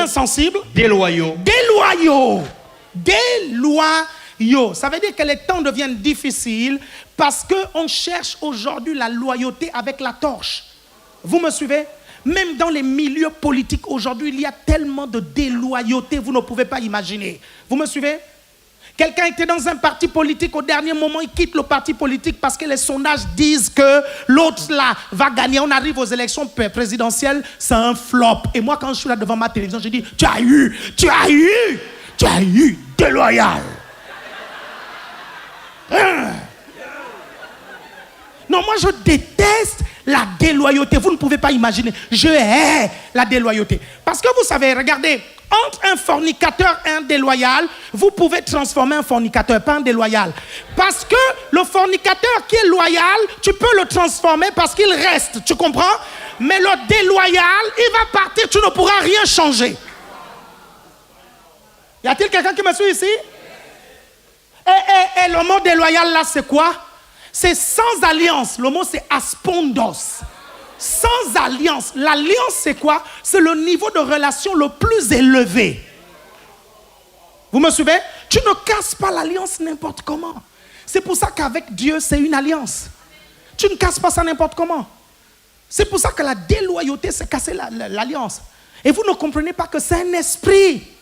C'est un esprit. C'est pour ça que l'un des mandats que le Seigneur a donné à l'ACER, c'est celui de prêcher la loyauté. Dag Heward Mills dit, il dit, un jour quelqu'un lui a envoyé une lettre lui démontrant que son église était une secte. Il dit, l'un des points qui prouve que tu es une secte, c'est le grand accent que ton église met sur la loyauté. Ton église parle de ça parce qu'il veut embrigader les gens. Donc c'est la preuve que tu es une secte. My God, comment, je vais dire ça, d'évaluer une vertu aussi précieuse que la fidélité. Parce que être loyal, c'est être fidèle. Vous me suivez? La loyauté, et vous trouvez ça partout. On a besoin de loyauté dans le milieu politique. On a besoin de loyauté dans les affaires. On a besoin de loyauté dans les familles. Oui, dans les familles, on a besoin de loyauté. Et pourquoi à l'église, on ne prêcherait pas la loyauté? Pourquoi? Pourquoi on ne prêcherait pas la loyauté? La Bible, dans les derniers temps, les gens seront déloyaux. Et c'est un esprit. C'est un esprit. Quand il frappe, vous comprenez? Vous ne comprenez pas. Quand il vient dans votre GR, il vient dans votre réseau. Quand il vient frapper, il entraîne juste les gens. Tu ne comprends pas. Tu le regardes juste, tu dis, non, c'est pas toi. C'est pas toi qui penses comme ça. C'est pas toi. Tu ne sais pas ce qui s'est passé. Mais l'esprit de déloyauté a visité cette personne. Et vous ne comprenez. Regardez Judas. Quand Jésus envoyait les disciples 2 à 2, Judas était dedans, hein? Attendez, beaucoup d'entre vous, vous pensez que Judas était une banale personne. Bien-aimé, tu ne peux pas donner la trésorerie de ton ministère si tu ne fais pas confiance à la personne. Donc, Jésus avait une confiance en Judas. Vous me suivez? Vous êtes toujours là? Mais il a laissé l'esprit de déloyauté. Et ça, c'est un gros problème. OK? OK. Comment est-ce que il vient rapidement, parce qu'on est dans ce mois et on va vous enseigner là-dessus. OK? En fait, j'ai remarqué que la déloyauté, c'est d'abord quand les gens ignorent ce que c'est. C'est pour ça qu'il faut enseigner dessus. C'est pour ça que tous les ans, il faut enseigner sur la déloyauté. Parce qu'il y a beaucoup qui sont déloyaux, parce qu'ils veulent être déloyaux, mais parce qu'ils ne sont pas enseignés dessus. Vous me comprenez attentivement? Ils ne comprennent pas que quand ils ne dépendent pas du groupe, en fait, vous comprenez, de la vision de l'Église, ils font ce qu'ils veulent. Ils ont ce qu'on appelle un esprit d'indépendance. Et l'esprit d'indépendance, vous comprenez, est un critère de la déloyauté, de l'esprit de déloyauté. Si. Il y a un groupe, c'est un troupeau. La Bible dit que c'est une bergerie. Donc, il y a un berger et tout le monde suit la direction du berger. OK? Ça veut dire que s'il y a une brebis qui essaie de prendre sa direction, le loup va la manger. S'il y a une brebis qui essaie de prendre sa direction, elle peut se perdre. Est-ce que vous comprenez? Le principe du troupeau, c'est celui de marcher ensemble selon la direction du berger. Donc toi, le problème, c'est que tu es dans le troupeau, mais toi, tu fonctionnes comme toi tu veux, en fait. C'est un problème. On appelle ça l'esprit d'indépendance. Le problème, c'est que les gens confondent l'esprit d'indépendance avec l'autonomie. C'est pas la même chose. Vous comprenez? Être autonome, c'est travailler en l'absence de ton leader, mais avec l'esprit de ton leader. L'esprit d'indépendance, tu comprends? Tu n'as même pas l'esprit de ton leader. Tu fais ce que tu veux. Pourquoi? Parce que de toutes les façons, on est dans un pays libre. Oui, tu l'as bien dit. C'est dans le monde que tu es dans cette liberté-là. Mais dans la maison de Dieu, tu as la liberté de Christ. Quelqu'un me suit ici? C'est la liberté. La Bible dit, si Christ nous a franchis, c'est pour la liberté. Je vous prends un exemple très simple. C'est lui qui fume la cigarette, vous comprenez? Il pense qu'il est libre. Mais en Christ, on sait qu'il est emprisonné. Non, non. Est-ce que vous me suivez? Mais tu le vois fumer la cigarette. Je suis libre. Hein. Vous suivez? Je suis libre. Hein. Je fais ce que je veux. Hein. Tu vois? Ou bien tu le vois, il roule, tu vois son truc, ou bien il est là. Il roule sa cocaïne. Moi au moins je suis libre. Dis-lui prisonnier. La personne a envie d'arrêter la drogue, mais elle n'y arrive pas. Et elle pense que c'est elle qui est libre. Vous êtes toujours avec moi là? Si tu es avec moi, fais comme ceci. Si tu es avec moi, bouge les pieds. Ouais, ok. Elle est libre selon le monde, mais est-ce qu'en Jésus, elle est libre? Non. Vous êtes toujours là? Donc, le manque d'enseignement sur la question. Le manque d'enseignement. C'est pour ça qu'il faut enseigner. Les leaders, vous-même, vous devez déjà être enseignés. Chacun d'entre vous, on vous a dit que vous devez lire Loyauté, déloyauté de Doug Howard Mills. Je vous ai dit que on l'appelle l'apôtre de la loyauté. C'est-à-dire que si un serviteur de Dieu qui a enseigné sur la loyauté, en fait, lui, c'est un chirurgien de la déloyauté. C'est-à-dire, il te décortique. Il a écrit plusieurs livres. Il a écrit Loyauté, déloyauté. Il a écrit Ceux qui vous quittent. Il a écrit Ceux qui oublient. Il a écrit Ceux qui vous accusent. Il a écrit Ceux qui prétendent. Est-ce que vous me suivez? Tout ça, ce sont des livres pour comment. Quand je me suis rendu compte que, mon Dieu, le sujet sur la loyauté était tellement vaste, je vois beaucoup de serviteurs de Dieu, vous comprenez, griller les principes de loyauté. Je suis là, je dis, mais comment quelqu'un peut être enseigné sur ça, mais sur la loyauté, mais il est nul de chez nul. Zéro. Vous me suivez? Vous êtes toujours là? Et c'est un esprit. Et c'est un esprit qui frappe le corps de Christ aujourd'hui. L'esprit de déloyauté. OK? Qu'est-ce qui cause la déloyauté? Ce sont les blessures et les offenses aussi. Les blessures et les offenses, c'est la raison pour les offenses, c'est la raison pour laquelle vous devez guérir de vos blessures. Quand vous avez quelque chose contre quelqu'un, OK, allez voir la personne. OK? Même les leaders. Nous sommes l'un des ministères. Je défie quiconque, vous comprenez? Je défie, vous comprenez, les grands ministères de la francophonie. Nous sommes l'un des ministères où les pasteurs sont les plus accessibles. Je vous dis la vérité, hein? Je vous dis la vérité. Les pasteurs sont accessibles. Il y en a qui m'ont dit, nous étions à 150, il y en a qui m'ont dit, vraiment, j'espère que quand on sera des milliers, tu seras toujours aussi accessible, tu seras toujours... J'ai dit, en fait, je suis comme ça, je ne force pas ça. Est-ce que vous comprenez? Aujourd'hui, à Paris, on est près de 2000, vous suivez, et je suis toujours autant accessible. Et vous savez, je ne fais pas semblant. Quand à la fin du culte, je viens, j'essaye de vous saluer, vous tous, ce n'est pas de la politique, c'est l'amour. Je vous aime sincèrement. Vous me comprenez? Quand je viens, je te salue. Je dis, c'est quoi ton prénom? Je suis en contact avec toi. Tout ça, bien sûr que ça a des risques. J'ai des gens déjà, en faisant ça, qui m'ont agressé. Physiquement, vous comprenez? Quand je dis physiquement, je dis plutôt verbalement plutôt. Des gens qui m'ont agressé en faisant ça. Est-ce que vous comprenez? J'arrive, bonjour, bon, justement, je voulais te parler, pasteur. Est-ce que vous comprenez? Je dis, ok, vas-y, raconte-moi. La personne commence à balancer les trucs. Je sais qu'être proche, vous comprenez, être accessible, il y a des risques. Mais à cause de cela, si vous êtes offensé, rapprochez-vous des pasteurs et dites, il y a tel truc. Et là, je vais maintenant dire quelque chose de très important. Et vraiment, soyez attentifs. J'espère que tout le ministère ACER est attentif. OK?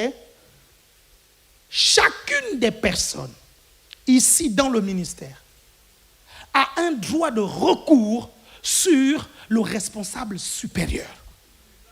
Vous comprenez ça? Ça veut dire quoi? Ça veut dire que si tu considères que ton respo a mal géré l'affaire, tu peux aller voir ton 12. Si tu considères qu'il a mal géré l'affaire, tu peux aller voir le pasteur. Si tu considères que le pasteur a mal géré l'affaire, tu peux aller voir l'apôtre. Si tu considères que l'apôtre a mal géré l'affaire, tu peux aller voir Dieu.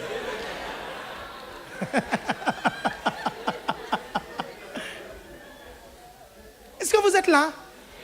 Mais regarde, je vais te donner un conseil. Je te donne un conseil. Si au niveau 1, le responsable de GR a fait son travail, tu vas au niveau du 12. Le 12 te redonne exactement le même conseil. Et que tu essayes de sonder même les gens de sa chaîne de bloc. Et qu'ils te donnent la même réponse. Je te garantis, peut-être que le pasteur va te donner la même réponse. Peut-être que l'apôtre va te donner la même réponse. Mais on ne t'interdit pas de tenter. Non, c'est vrai. On ne t'interdit pas. Parce que vous savez, l'être humain aime la justice. Et la justice fonctionne avec les droits de recours. Vous me suivez? Et moi, je suis conscient de ça. C'est l'une des raisons pour lesquelles moi, je ne suis pas contre que les brebis viennent me parler. Ou que les brebis viennent parler au pasteur Paulette. Est-ce que vous comprenez ça? Regarde, responsable de GR, si tu fais bien ton boulot, tu n'auras pas peur. Tu n'auras pas peur que les brebis viennent parler à celui qui est au-dessus. Tu n'as pas peur, tu fais très bien ton boulot. Non, moi, je ne suis pas d'accord avec ça. Je vais voir le pasteur, ok? Je vais voir le pasteur. Si tu sais, fais bien ton boulot, tu dis, va voir, il n'y a vraiment pas de problème. Je dis, si tu veux même, ok, je te facilite les choses. J'envoie un message, je dis, tel va venir te voir, pasteur, accepte l'entretien. Vous me suivez? Regardez, un truc s'est passé à Rennes, à l'église de Rennes. Donc, il y avait des gens qui foutaient vraiment le bordel, le désordre, tout ça. Et puis, ils se sont énervés. Ils ont dit au pasteur, on va voir l'apôtre. Les pasteurs ont dit, oh, mais c'est l'apôtre de nous tous, va voir. Est-ce que vous me comprenez? Quand ils sont venus me voir, je me suis rendu compte que les pasteurs avaient correctement géré l'affaire. C'est là où je me suis dit, oh, ces gars-là sont bien formés. Je les ai bien formés. Vous me suivez? Regarde, je ne te dis pas, non, parce que le problème c'est quoi? C'est que si on t'a dit un truc, il faut juste que tu écoutes. Parce qu'une brebis fait confiance à son leader. Vous comprenez? Une brebis fait confiance. Donc, le responsable t'a dit, tu n'es pas trop satisfait de la réponse, tu n'es pas trop machin de la réponse, ok? Mais tu dis, c'est mon responsable, c'est pas grave, je prie, je laisse passer, Dieu va, machin. Et toi, à un moment donné, tu te rendras compte. Regardez, une petite anecdote, vous allez voir. Il y a un pasteur, je tairai le nom, ok? Le pasteur remarquait que, je n'ai pas envie de dire la pasteur, ok? C'était une femme. Elle remarquait qu'il y avait des situations où je n'étais pas très direct. Et je lui disais, non, en fait, dans ce genre de situation, il faut faire preuve de sagesse. OK? Et la personne me dit, non, toi, tu es un politicien. Tu es comme mon père. Je connais les politiciens. Mon père est un homme politique. Et toi, tu es un vrai politicien. Ce que tu fais, c'est de la politique. Ce n'est pas l'évangile. Hein. J'extrapole un tout petit peu. Je l'ai juste écouté. Et je lui ai dit, un petit cochon a demandé un jour à sa mère, maman, pourquoi tu as un long nez? La maman a dit, mon petit cochon, grandis, tu comprendras. La personne est devenue leader. Et elle a commencé à balancer certaines choses. Vous comprenez ça? OK? Et elle s'est rendue compte que ça a créé quelque chose de très grave. Vous comprenez? Ça a créé un mauvais sentiment dans la vie de ces personnes-là. Et là, elle s'est rappelée de ce qu'elle me disait. Elle est venue me voir, elle me dit, mon Dieu, apôtre, je te demande pardon. Parce que je pensais que c'était de la politique. Mais en fait, il y a des gens qui ne sont pas prêts à écouter ce que tu vas dire. Donc, tu vas le dire avec des pincettes, en fait. J'ai compris, apôtre. Donc, en fait, le problème, c'est quoi? C'est que si tu reproches des choses à ton leader que tu ne comprends pas, ne t'inquiète pas. À un moment donné, petit cochon va grandir. Vous êtes là? Le problème, c'est quoi? C'est celui que je vous dis souvent. Je vous dis, le problème, c'est quoi? C'est que dans la chaîne d'impact, il y a la loi du mastering. Il y a la loi de l'amplification. C'est-à-dire que les choses que tu as fait subir à ton responsable, les gens que tu vas encadrer vont te faire subir ça 10 fois plus. 10 fois plus. La loi du mastering. Dis le mastering. Tu es toujours là? Est-ce que tu es toujours là? Ok. Dernier esprit, et je vais terminer avec ça. Je vous ai dit que j'allais prêcher jusqu'à 22 heures. Vous êtes toujours là? Dernier esprit. Dernier esprit. Vous êtes là, ok? C'est bien, vous êtes très courageux. Il y en a qui sont derrière leur écran, hein, qui dorment déjà et qui me voient dans un rêve. Hé, lève-toi! Réveille-toi! Et continue à regarder la prédication. Oh, oh!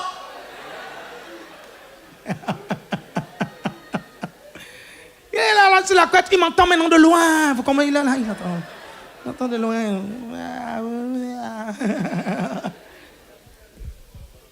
Dernier esprit, l'esprit de pauvreté.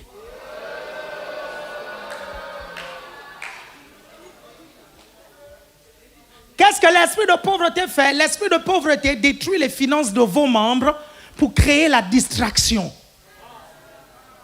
Vous comprenez? Il crée la peur. Il crée les inquiétudes sur les choses de la vie à cause de cet esprit de pauvreté. Est-ce que vous me comprenez? Combien de personnes s'absentent au culte tout simplement parce qu'ils vont chercher l'argent? Combien de personnes s'absentent au GR parce qu'ils sont en train de chercher l'argent? Est-ce que vous me comprenez? Ça devient déséquilibré. Il y a un temps pour tout. Il y a un temps pour travailler. Il y a un temps pour s'occuper de sa famille. Il y a un temps pour prier. Il y a un temps pour s'occuper de l'œuvre de Dieu. Quelqu'un me suit ici? Si tu travailles, tu ne pries plus, c'est déséquilibré. Quelqu'un me suit ici? Si tu ne viens même plus à l'église à cause de ça, c'est déséquilibré. Je te dis, ta vie spirituelle va mourir. Mais le problème, c'est quoi? C'est l'esprit de pauvreté. Les 27 prochaines minutes, j'aimerais dealer ici, là, avec cet esprit. J'aimerais l'écraser. J'aimerais le piétiner. Vous comprenez? Vous allez remarquer une chose, mes chers frères et sœurs. C'est que les respos de GR ou de réseau qui sont pauvres ont moins d'impact. Pourquoi? Parce que tu remarqueras qu'il y a des personnes qui viennent, ils n'ont pas besoin que Dieu te bénisse. Ils ont besoin d'argent. Vous suivez? Il arrive, il n'a pas mangé, vous comprenez? Parce qu'il n'y a plus la nourriture chez lui. Il a besoin que le responsable de GR discerne qu'il n'a pas mangé. Est-ce que vous comprenez ça? Et l'amène dans un kebab, dans un McDo, dans un supermarché. Vous savez, il y a des gens que vous n'allez jamais impacter avec vos amens et vos alléluia. Je vous dis, c'est réel, mes chers frères et sœurs. Pourquoi le diable s'attaque autant au message sur la prospérité? Pourquoi à chaque fois que le diable veut nous cribler de balles, vous comprenez, il dit, vous prêchez la prospérité, vous prêchez les finances. Parce que Satan sait que le jour où vous allez maîtriser ça, vous allez lui faire du mal. Quelqu'un me suit ici? Il le sait. Mais la chose c'est quoi? C'est que ça fait 20 ans que j'ai dit, je n'arrêterai pas de parler de ça. Mais je n'arrêterai pas. Pourquoi? Parce que c'est dans la Bible. Parce que c'est dans la Bible. Je n'arrêterai pas. Pourquoi? Parce que vous avez besoin d'être éduqué financièrement. Vous comprenez? Et Dieu veut vous rendre prospère. Vous n'aurez pas d'impact si vous êtes pauvre. Déjà, je vais vous dire, la Bible est claire là-dessus. Hein? La sagesse du pauvre n'est pas considérée. Hein? Le verset exact, c'est quoi? La sagesse du pauvre est méprisée. Je suis en train de dire que tu ne peux pas te permettre d'être un responsable de GR, d'être un responsable de réseau, d'être un pasteur. Ton onction grandit, mais tes finances diminuent. Quelqu'un me suit ici? Ton onction doit grandir au même titre que tes finances. C'est pour ça que tu dois aller lire le livre Les apôtres de la foi et des finances. Parce que c'est pour ça que Dieu nous a donné le mandat de préparer des millionnaires. Est-ce que vous me suivez attentivement? Et c'est ce que vous allez être. Est-ce que vous me suivez? Pourquoi? Parce qu'avec les finances que Dieu va vous donner, vous monterez des chaînes de télévision, vous monterez des entreprises, vous monterez, quelqu'un me suit ici, des orphelinats, vous monterez des écoles, quelqu'un me suit ici. Et ça, c'est avec l'argent. Vous organiserez des croisades où des millions de personnes vont accepter le Seigneur. Quelqu'un me suit ici? Regardez, je vais vous prendre un exemple ici, pasteur. Il y a certains responsables de réseau ici. OK? Le problème, c'est quoi? C'est que leur réseau peut grandir. OK? En fait, je vais reformuler. Parce que Dieu veut que la foi en la croissance de votre réseau grandisse avec la foi en la croissance de vos finances. Il y a certains d'entre vous, Dieu ne vous donne pas 1000 membres parce que les réunions de GR se font par Zoom et qu'après 1000 personnes, le Zoom devient payant. Et tu ne peux pas payer le Zoom. Quelqu'un me suit ici? Tu ne peux pas payer le Zoom. Tu ne peux pas. Quelqu'un me suit ici? Tu ne peux pas. Pourquoi Dieu va te donner une Ferrari si tu ne peux pas payer la roue d'une Ferrari? C'est pour ça que je vous dis, notre foi doit grandir. Notre foi aux finances doit grandir en même temps que la croissance. En même temps que la grâce. Et pour ça, il n'y a que l'enseignement qui fait ça. Or, le problème, c'est quoi? C'est qu'on enseigne, les gens nous critiquent parce qu'on enseigne dessus. Vous ne voyez pas que c'est Satan qui est derrière? Vous ne voyez pas que c'est l'esprit de pauvreté qui est derrière? Vous êtes toujours là? Parce que les gens vous font croire que toute personne dans une église, OK, qui prêche sur les finances en veut avoir votre argent. My God, si seulement vous saviez, mais je m'en tape. Mais un point, mais c'est violent. Vous comprenez ça? Mais par contre, le royaume de Dieu dans lequel nous sommes, vous comprenez? Ce sont les fils du royaume qui doivent financer le royaume. Et tu ne peux pas être dans le royaume de Dieu, ne pas financer le royaume de Dieu. Et moi, en tant que pasteur, il est de ma responsabilité de te le dire parce que c'est la Bible qui le dit. La Bible dit apporter à la maison du trésor. C'est la Bible, ce n'est pas Alain Patrick. Tu comprends? Si tu as un problème avec ce que je suis en train de dire, brûle la Bible. Quelqu'un me suit ici? Et donc, le truc, c'est que les gens prennent, OK? Les gens prennent, à chaque fois qu'on parle de ça, les gens pensent qu'on en veut. Attends, non, pas du tout. Vous me suivez? C'est juste que, regardez, je vais vous donner des arguments. Vous allez voir, regardez, laissez-moi vous donner quelques arguments, ok? Regardez, je vais vous dire une chose, ok?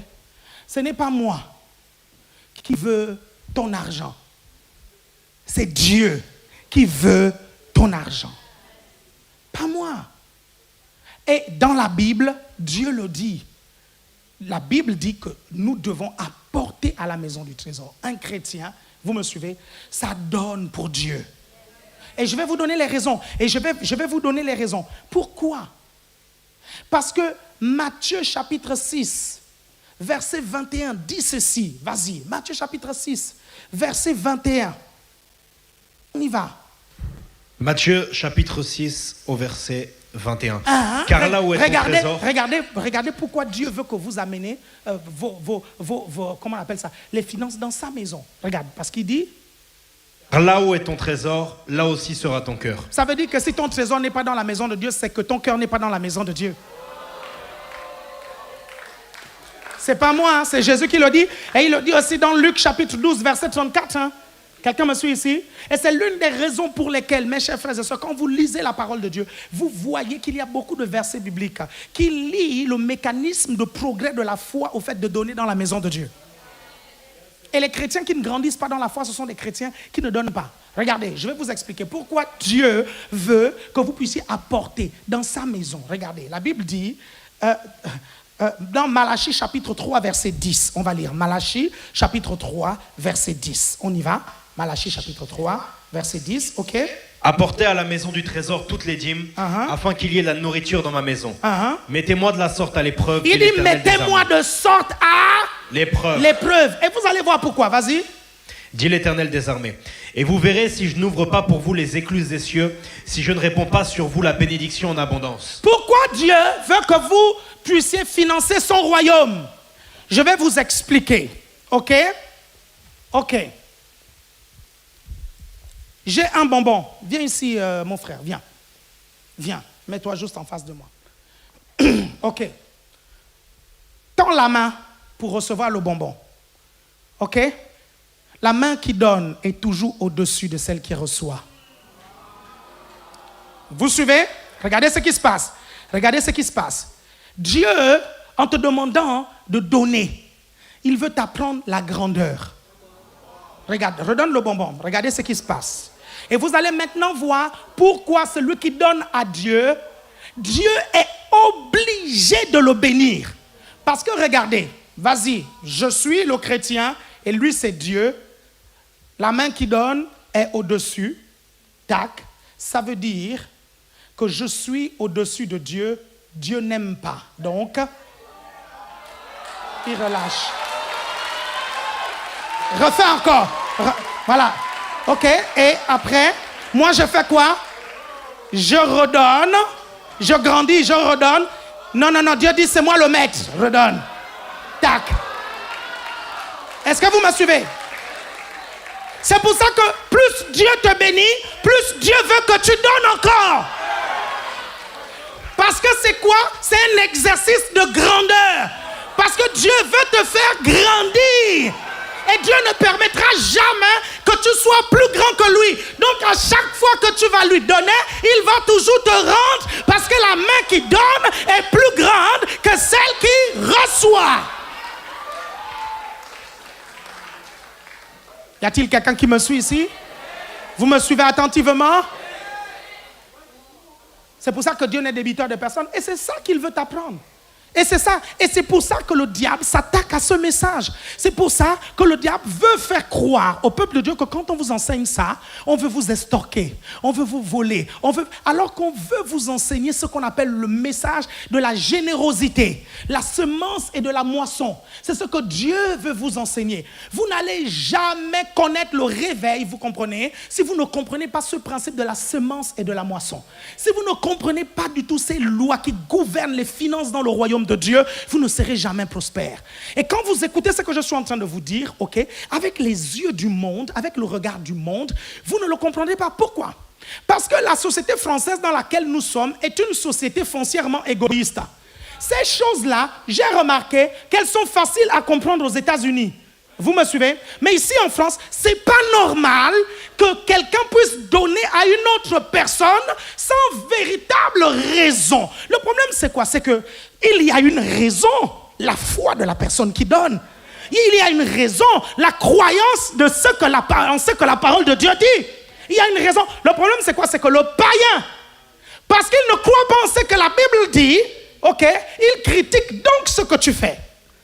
Et il ne comprend pas pourquoi Dieu te bénit. Ce qui se passe, c'est quoi? C'est que les gens commencent à penser des choses.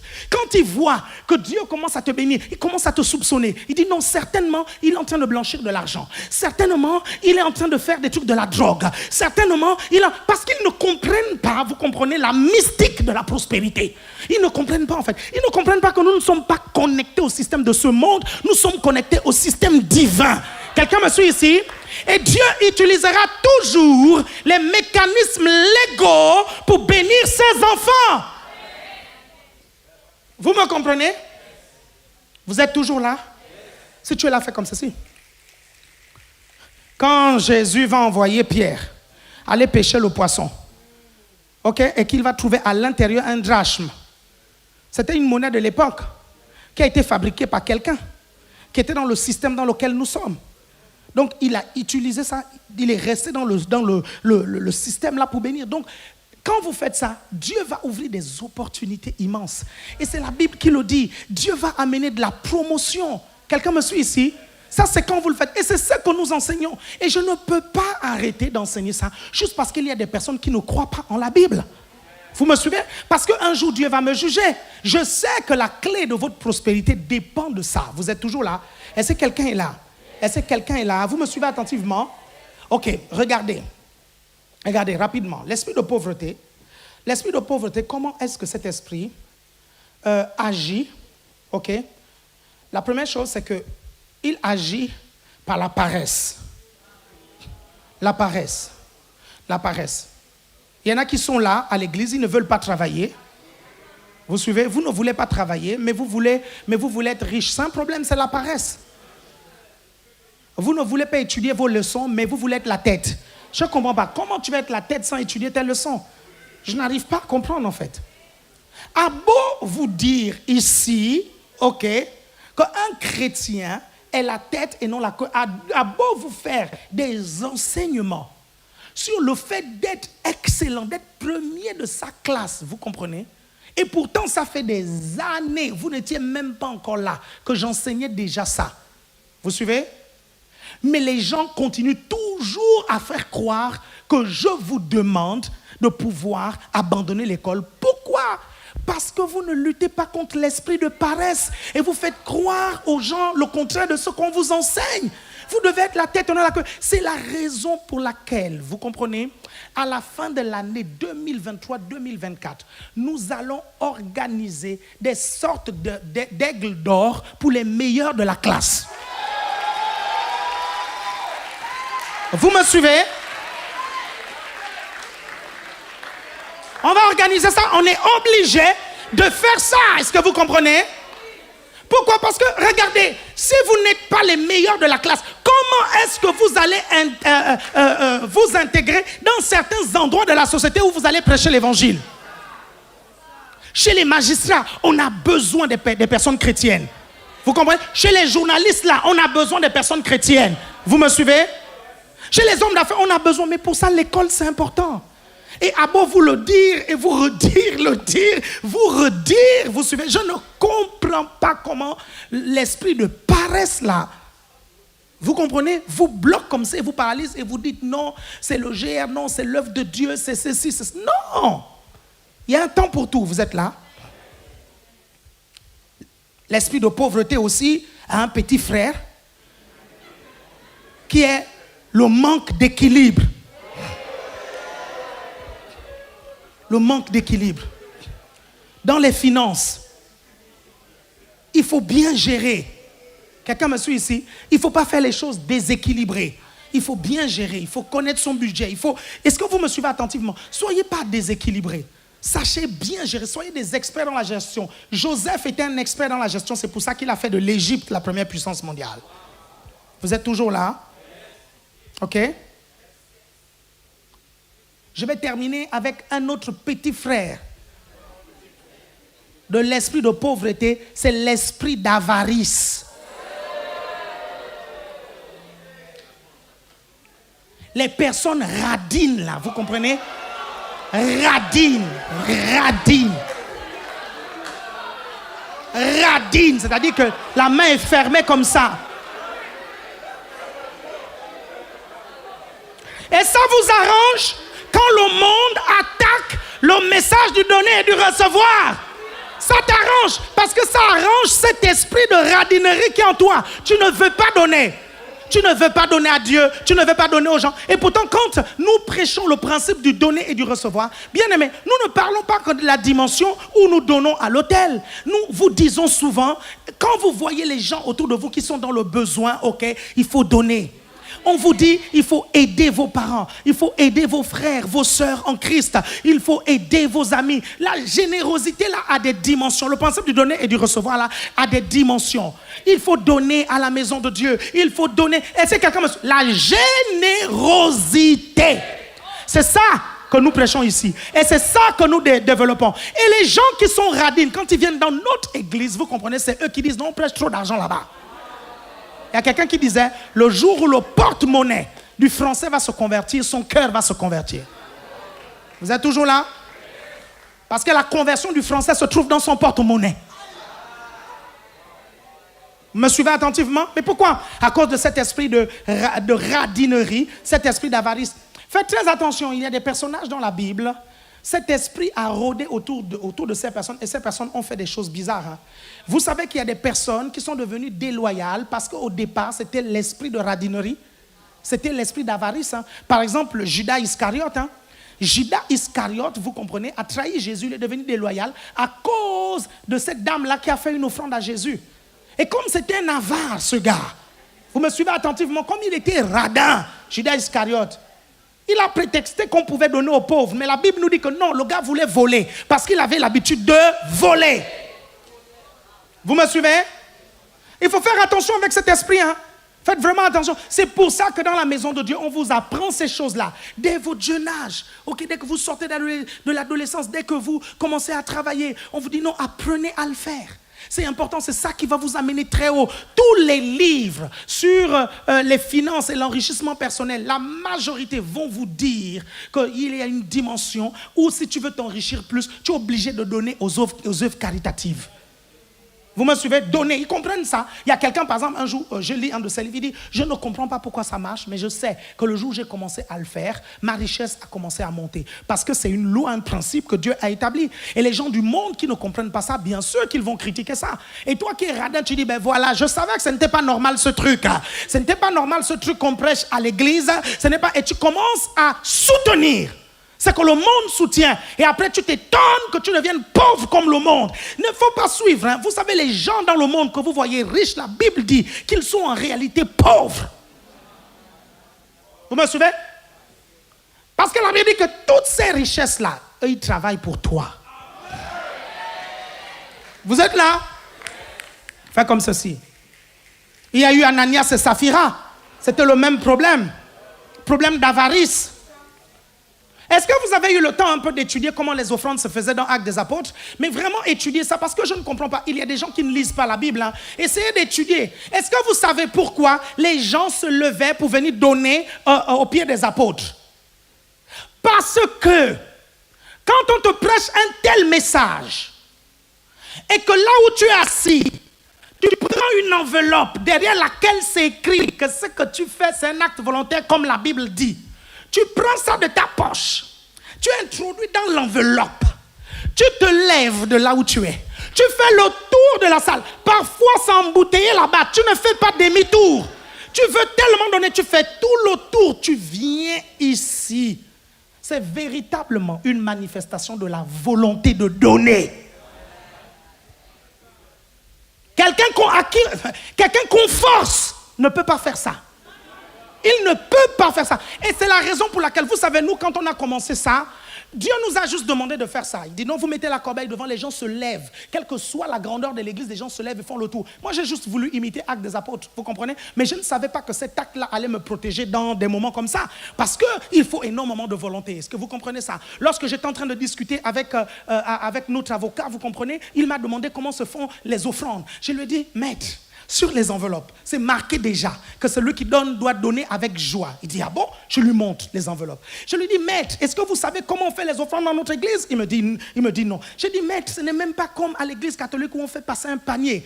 Il dit, ça se fait comment? Il dit, la personne prend, elle met dans les enveloppes, elle se lève. Il dit, ah bon, elle se lève devant tout le monde? Je dis, oui, elle se lève. Je dis, maître, elle fait tout le tour. Et d'ailleurs, même, il y a une musique qui la fait danser. Vous comprenez? Vous comprenez? Il dit, ah bon? Il dit, maître, c'est comme ça. Il dit, ah ben dis donc, on ne peut pas dire qu'ils ont été contraints alors. Je dis, mais c'est ça qu'on dit, maître. Mon Dieu, qu'est-ce que ça me sauve? Qu'est-ce que ça me sauve? Vous me sauvez? Parce que si tu ne veux pas donner, tu ne te lèves pas. Vous êtes toujours là? Lisez, vous allez voir l'Ancien Testament, le Acte des Apôtres, lisez, vous allez voir comment se faisaient les autres. La Bible dit que les gens, qu'est-ce qu'ils faisaient? Ok. La Bible dit qu'ils vendaient même, regardez, vous allez voir le contexte, hein, regardez un peu.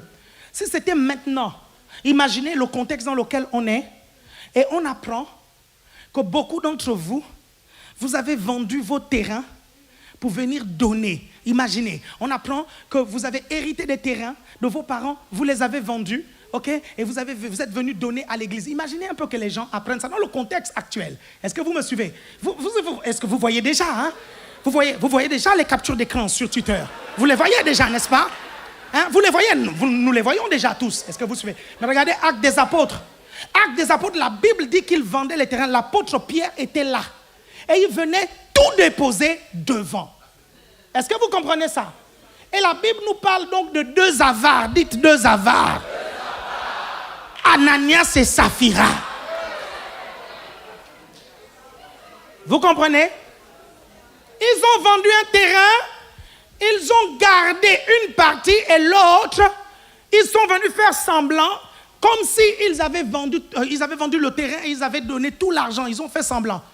Et ils sont... Est-ce que vous avez déjà vu quelqu'un qui meurt à cause de sa propre offrande? Mon Dieu, c'est ton offrande. En fait, le truc, c'est quoi? La vérité, Ananias et Saphira, si tu ne voulais pas donner, ne donne pas. Viens pas mentir. Est-ce que vous suivez? Vous comprenez? Ça, c'est l'avarice. Vous comprenez? Ça, c'est cet esprit-là. Un autre homme qu'on voit dans la Bible, qui a fait des choses bizarres. Parce que l'avarice vous amène à faire des trucs stupides. Et l'avarice est un esprit qui travaille pour l'esprit de pauvreté. L'autre homme, il s'appelle Nabal. Le fou Nabal. Pour résumer un peu qui était Nabal, Nabal c'était un monsieur qui était très riche, ok, et il était marié à une jolie femme appelée Abigail. Elle était canon de beauté. Quand je lis la Bible se demande même comment Abigail a pu épouser un fou comme ça. Vous suivez? Mais les Camerounaises connaissent pourquoi. Donc ça, cette question-là, une Camerounaise, elle ne se pose pas cette question. Vous suivez? Elle le sait. Elle sait pourquoi Abigail a épousé un riche, mais qui était fou. Vous me comprenez? Tant qu'il est riche et qu'il peut me payer les robes, il peut être fou comme il veut, je m'en fous, hein? Je veux seulement manger.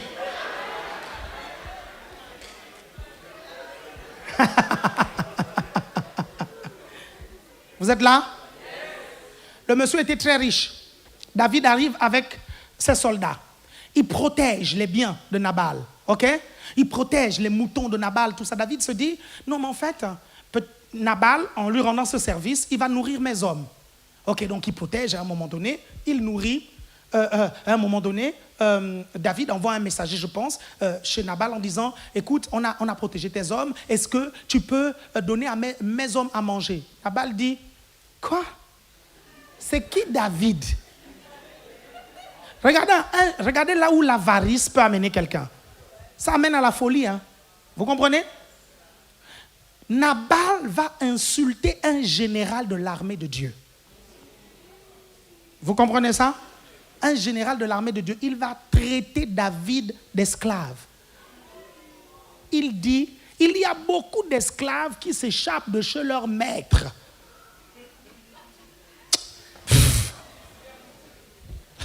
Non, allez lire vous-même l'histoire de Nabal et vous allez voir ce qui arrive à Nabal. Il est mal mort. Non, lisez la Bible, mais c'est la Bible, hein? C'est la Bible. Il est mal mort, oh. Il est vraiment mal mort. Ok?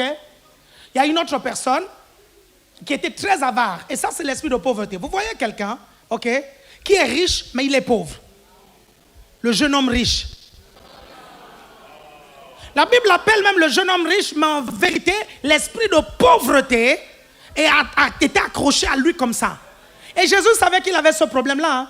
Il arrive comme ça, non, mais que faut-il faire pour hériter le royaume des cieux? Ça, ce sont les chrétiens à la fin du culte là, qui viennent te fatiguer souvent. Comment faire pour réussir? Il était comme ça, vous comprenez?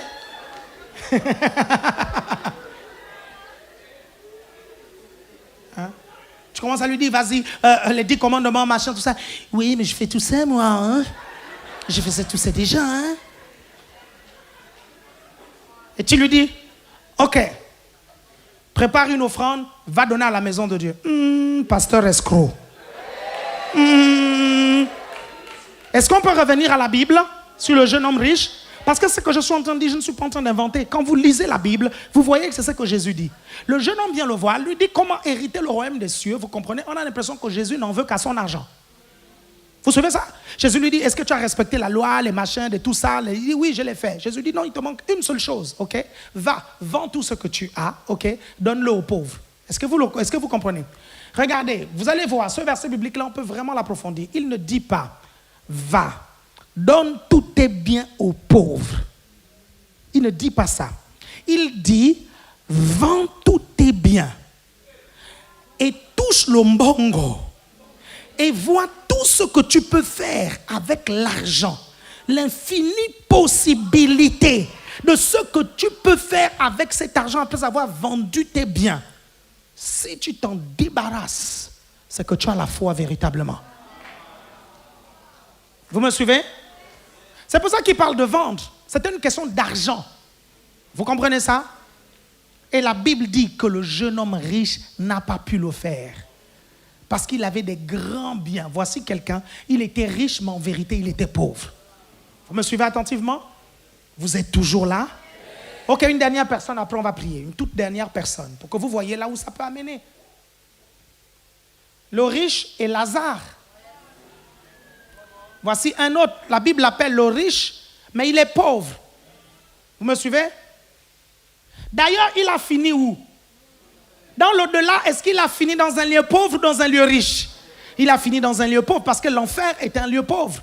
Il a fini dans un endroit qui était le reflet en vérité de ce qu'il était intérieurement sur la terre. Vous me suivez attentivement? C'est pour ça que je vous dis, les gens ne vont pas en